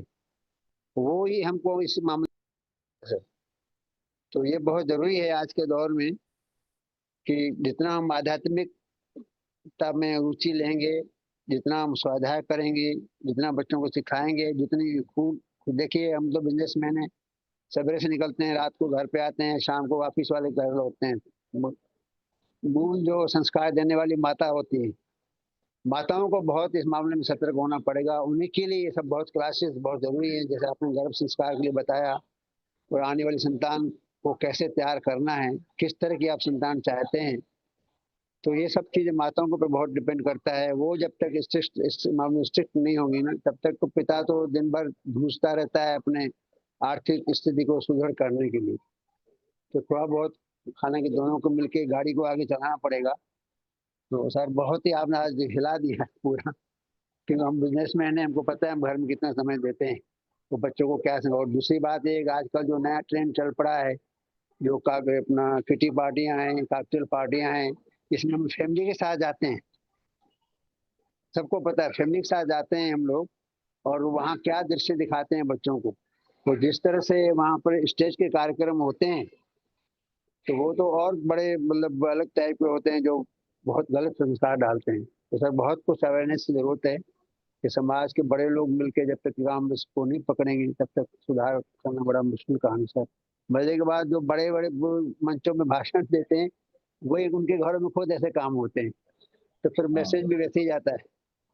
तो हम लोग पंचायत में रहते हैं, हमारे जो संगठन में रहते हैं, वो हम खुद से काम नहीं देखते हैं, वही अच्छी बातें बोलते हैं, वही वही कार्यक्रम करते हैं, वही काकटेल करते हैं। काकटेल के लिए बहुत दुआई देते हैं कि नहीं, बिल्कुल नहीं होना चाहिए, ऐसा नहीं होना चाहिए, प्री वेडिंग कार्यक्रम नहीं होना चाहिए, लेकिन वही वही करते हैं। तो शुरुआत तो जैसे बोलते हैं, जो ऊपर से जैसे भगवान श्री कृष्ण बोले कि मैं खुद काम करता हूँ इसलिए कि आने वाली पीढ़ी, आने वाली जनरेशन काम करे। अगर मैं, हालांकि उनको काम करने की जरूरत नहीं थी, फिर भी उसने सारे कर्तव्य वैसे निभाया जैसे एक आम आदमी निभाता है, ताकि उसकी प्रेरणा लोगों को मिले। तो वैसी प्रेरणा यहाँ मिल नहीं रही है समाज में, इसलिए कुरीतियां बढ़ रही हैं और सब गलत काम हो रहे हैं सर। मन भी बड़ा व्यथित हो जाता है जब ऐसे दृश्य देखते हैं, और कुछ मानने को तैयार नहीं होती है। हमारी जनरेशन घर की भी नहीं मानने को तैयार नहीं होती है, क्योंकि चारों तरफ माहौल वैसा दिखता है। बच्चा शादी ब्याह में आता है, कोई उनके कार्यक्रम वैसा होता है, उनके कार्यक्रम वैसा हो रहा है, उसके कार्यक्रम तो हम क्यों नहीं करें, हम क्यों नहीं करें, आप बड़े आ गए। तो सर बहुत ही मतलब विचित्र स्थिति बनी हुई है। फिर भी थोड़ा थोड़ा प्रयास करते रहेंगे। मेन सर आध्यात्म से जोड़ना बहुत जरूरी है। बस इतना मैं कहना चाहूंगा सर। और आपका सेशन बहुत अच्छा रहा सर, आपने समाज की स्थिति भी बताई कि समाज की स्थिति कैसे चल रही है, अच्छा समाज कैसा होता है, बुरा समाज कैसे होता है, वातावरण कैसे होता है, उसके ऊपर बहुत अच्छी रोशनी डाली है। हम तो हालांकि दो लाइन के श्लोक का अर्थ पढ़ के चुप हो जाते हैं, लेकिन आपने उसको इतनी गहराई में डीपली जाके समुद्र से ऐसी ऐसी चीजें निकाली जिसको एकदम से जो दिल तक लग गई है। बहुत बहुत धन्यवाद सर। दोस्तों, माना कि अंधकार बहुत है, लेकिन एक उम्मीद का दिया तो जला ही सकते हैं। बस हम सब उसी प्रयास में लगें कि एक उम्मीद का दिया जितना भी हम रोशनी कर पाए उस दिए से वो करें, और ईश्वर हमारे उसी प्रयास को नोट करेंगे और हमें निश्चित रूप से सफलता देंगे, क्योंकि सत्य हमारे साथ खड़ा है, न्याय हमारे साथ खड़ा है, और दूसरों के लिए समाज का अच्छा निर्माण करने की भावना हमारे साथ खड़ी है। तो बहुत इसमें जो उनका काम करता है, फिर वो हमारा काम करने के लिए प्रत्यक्ष आ जाते हैं।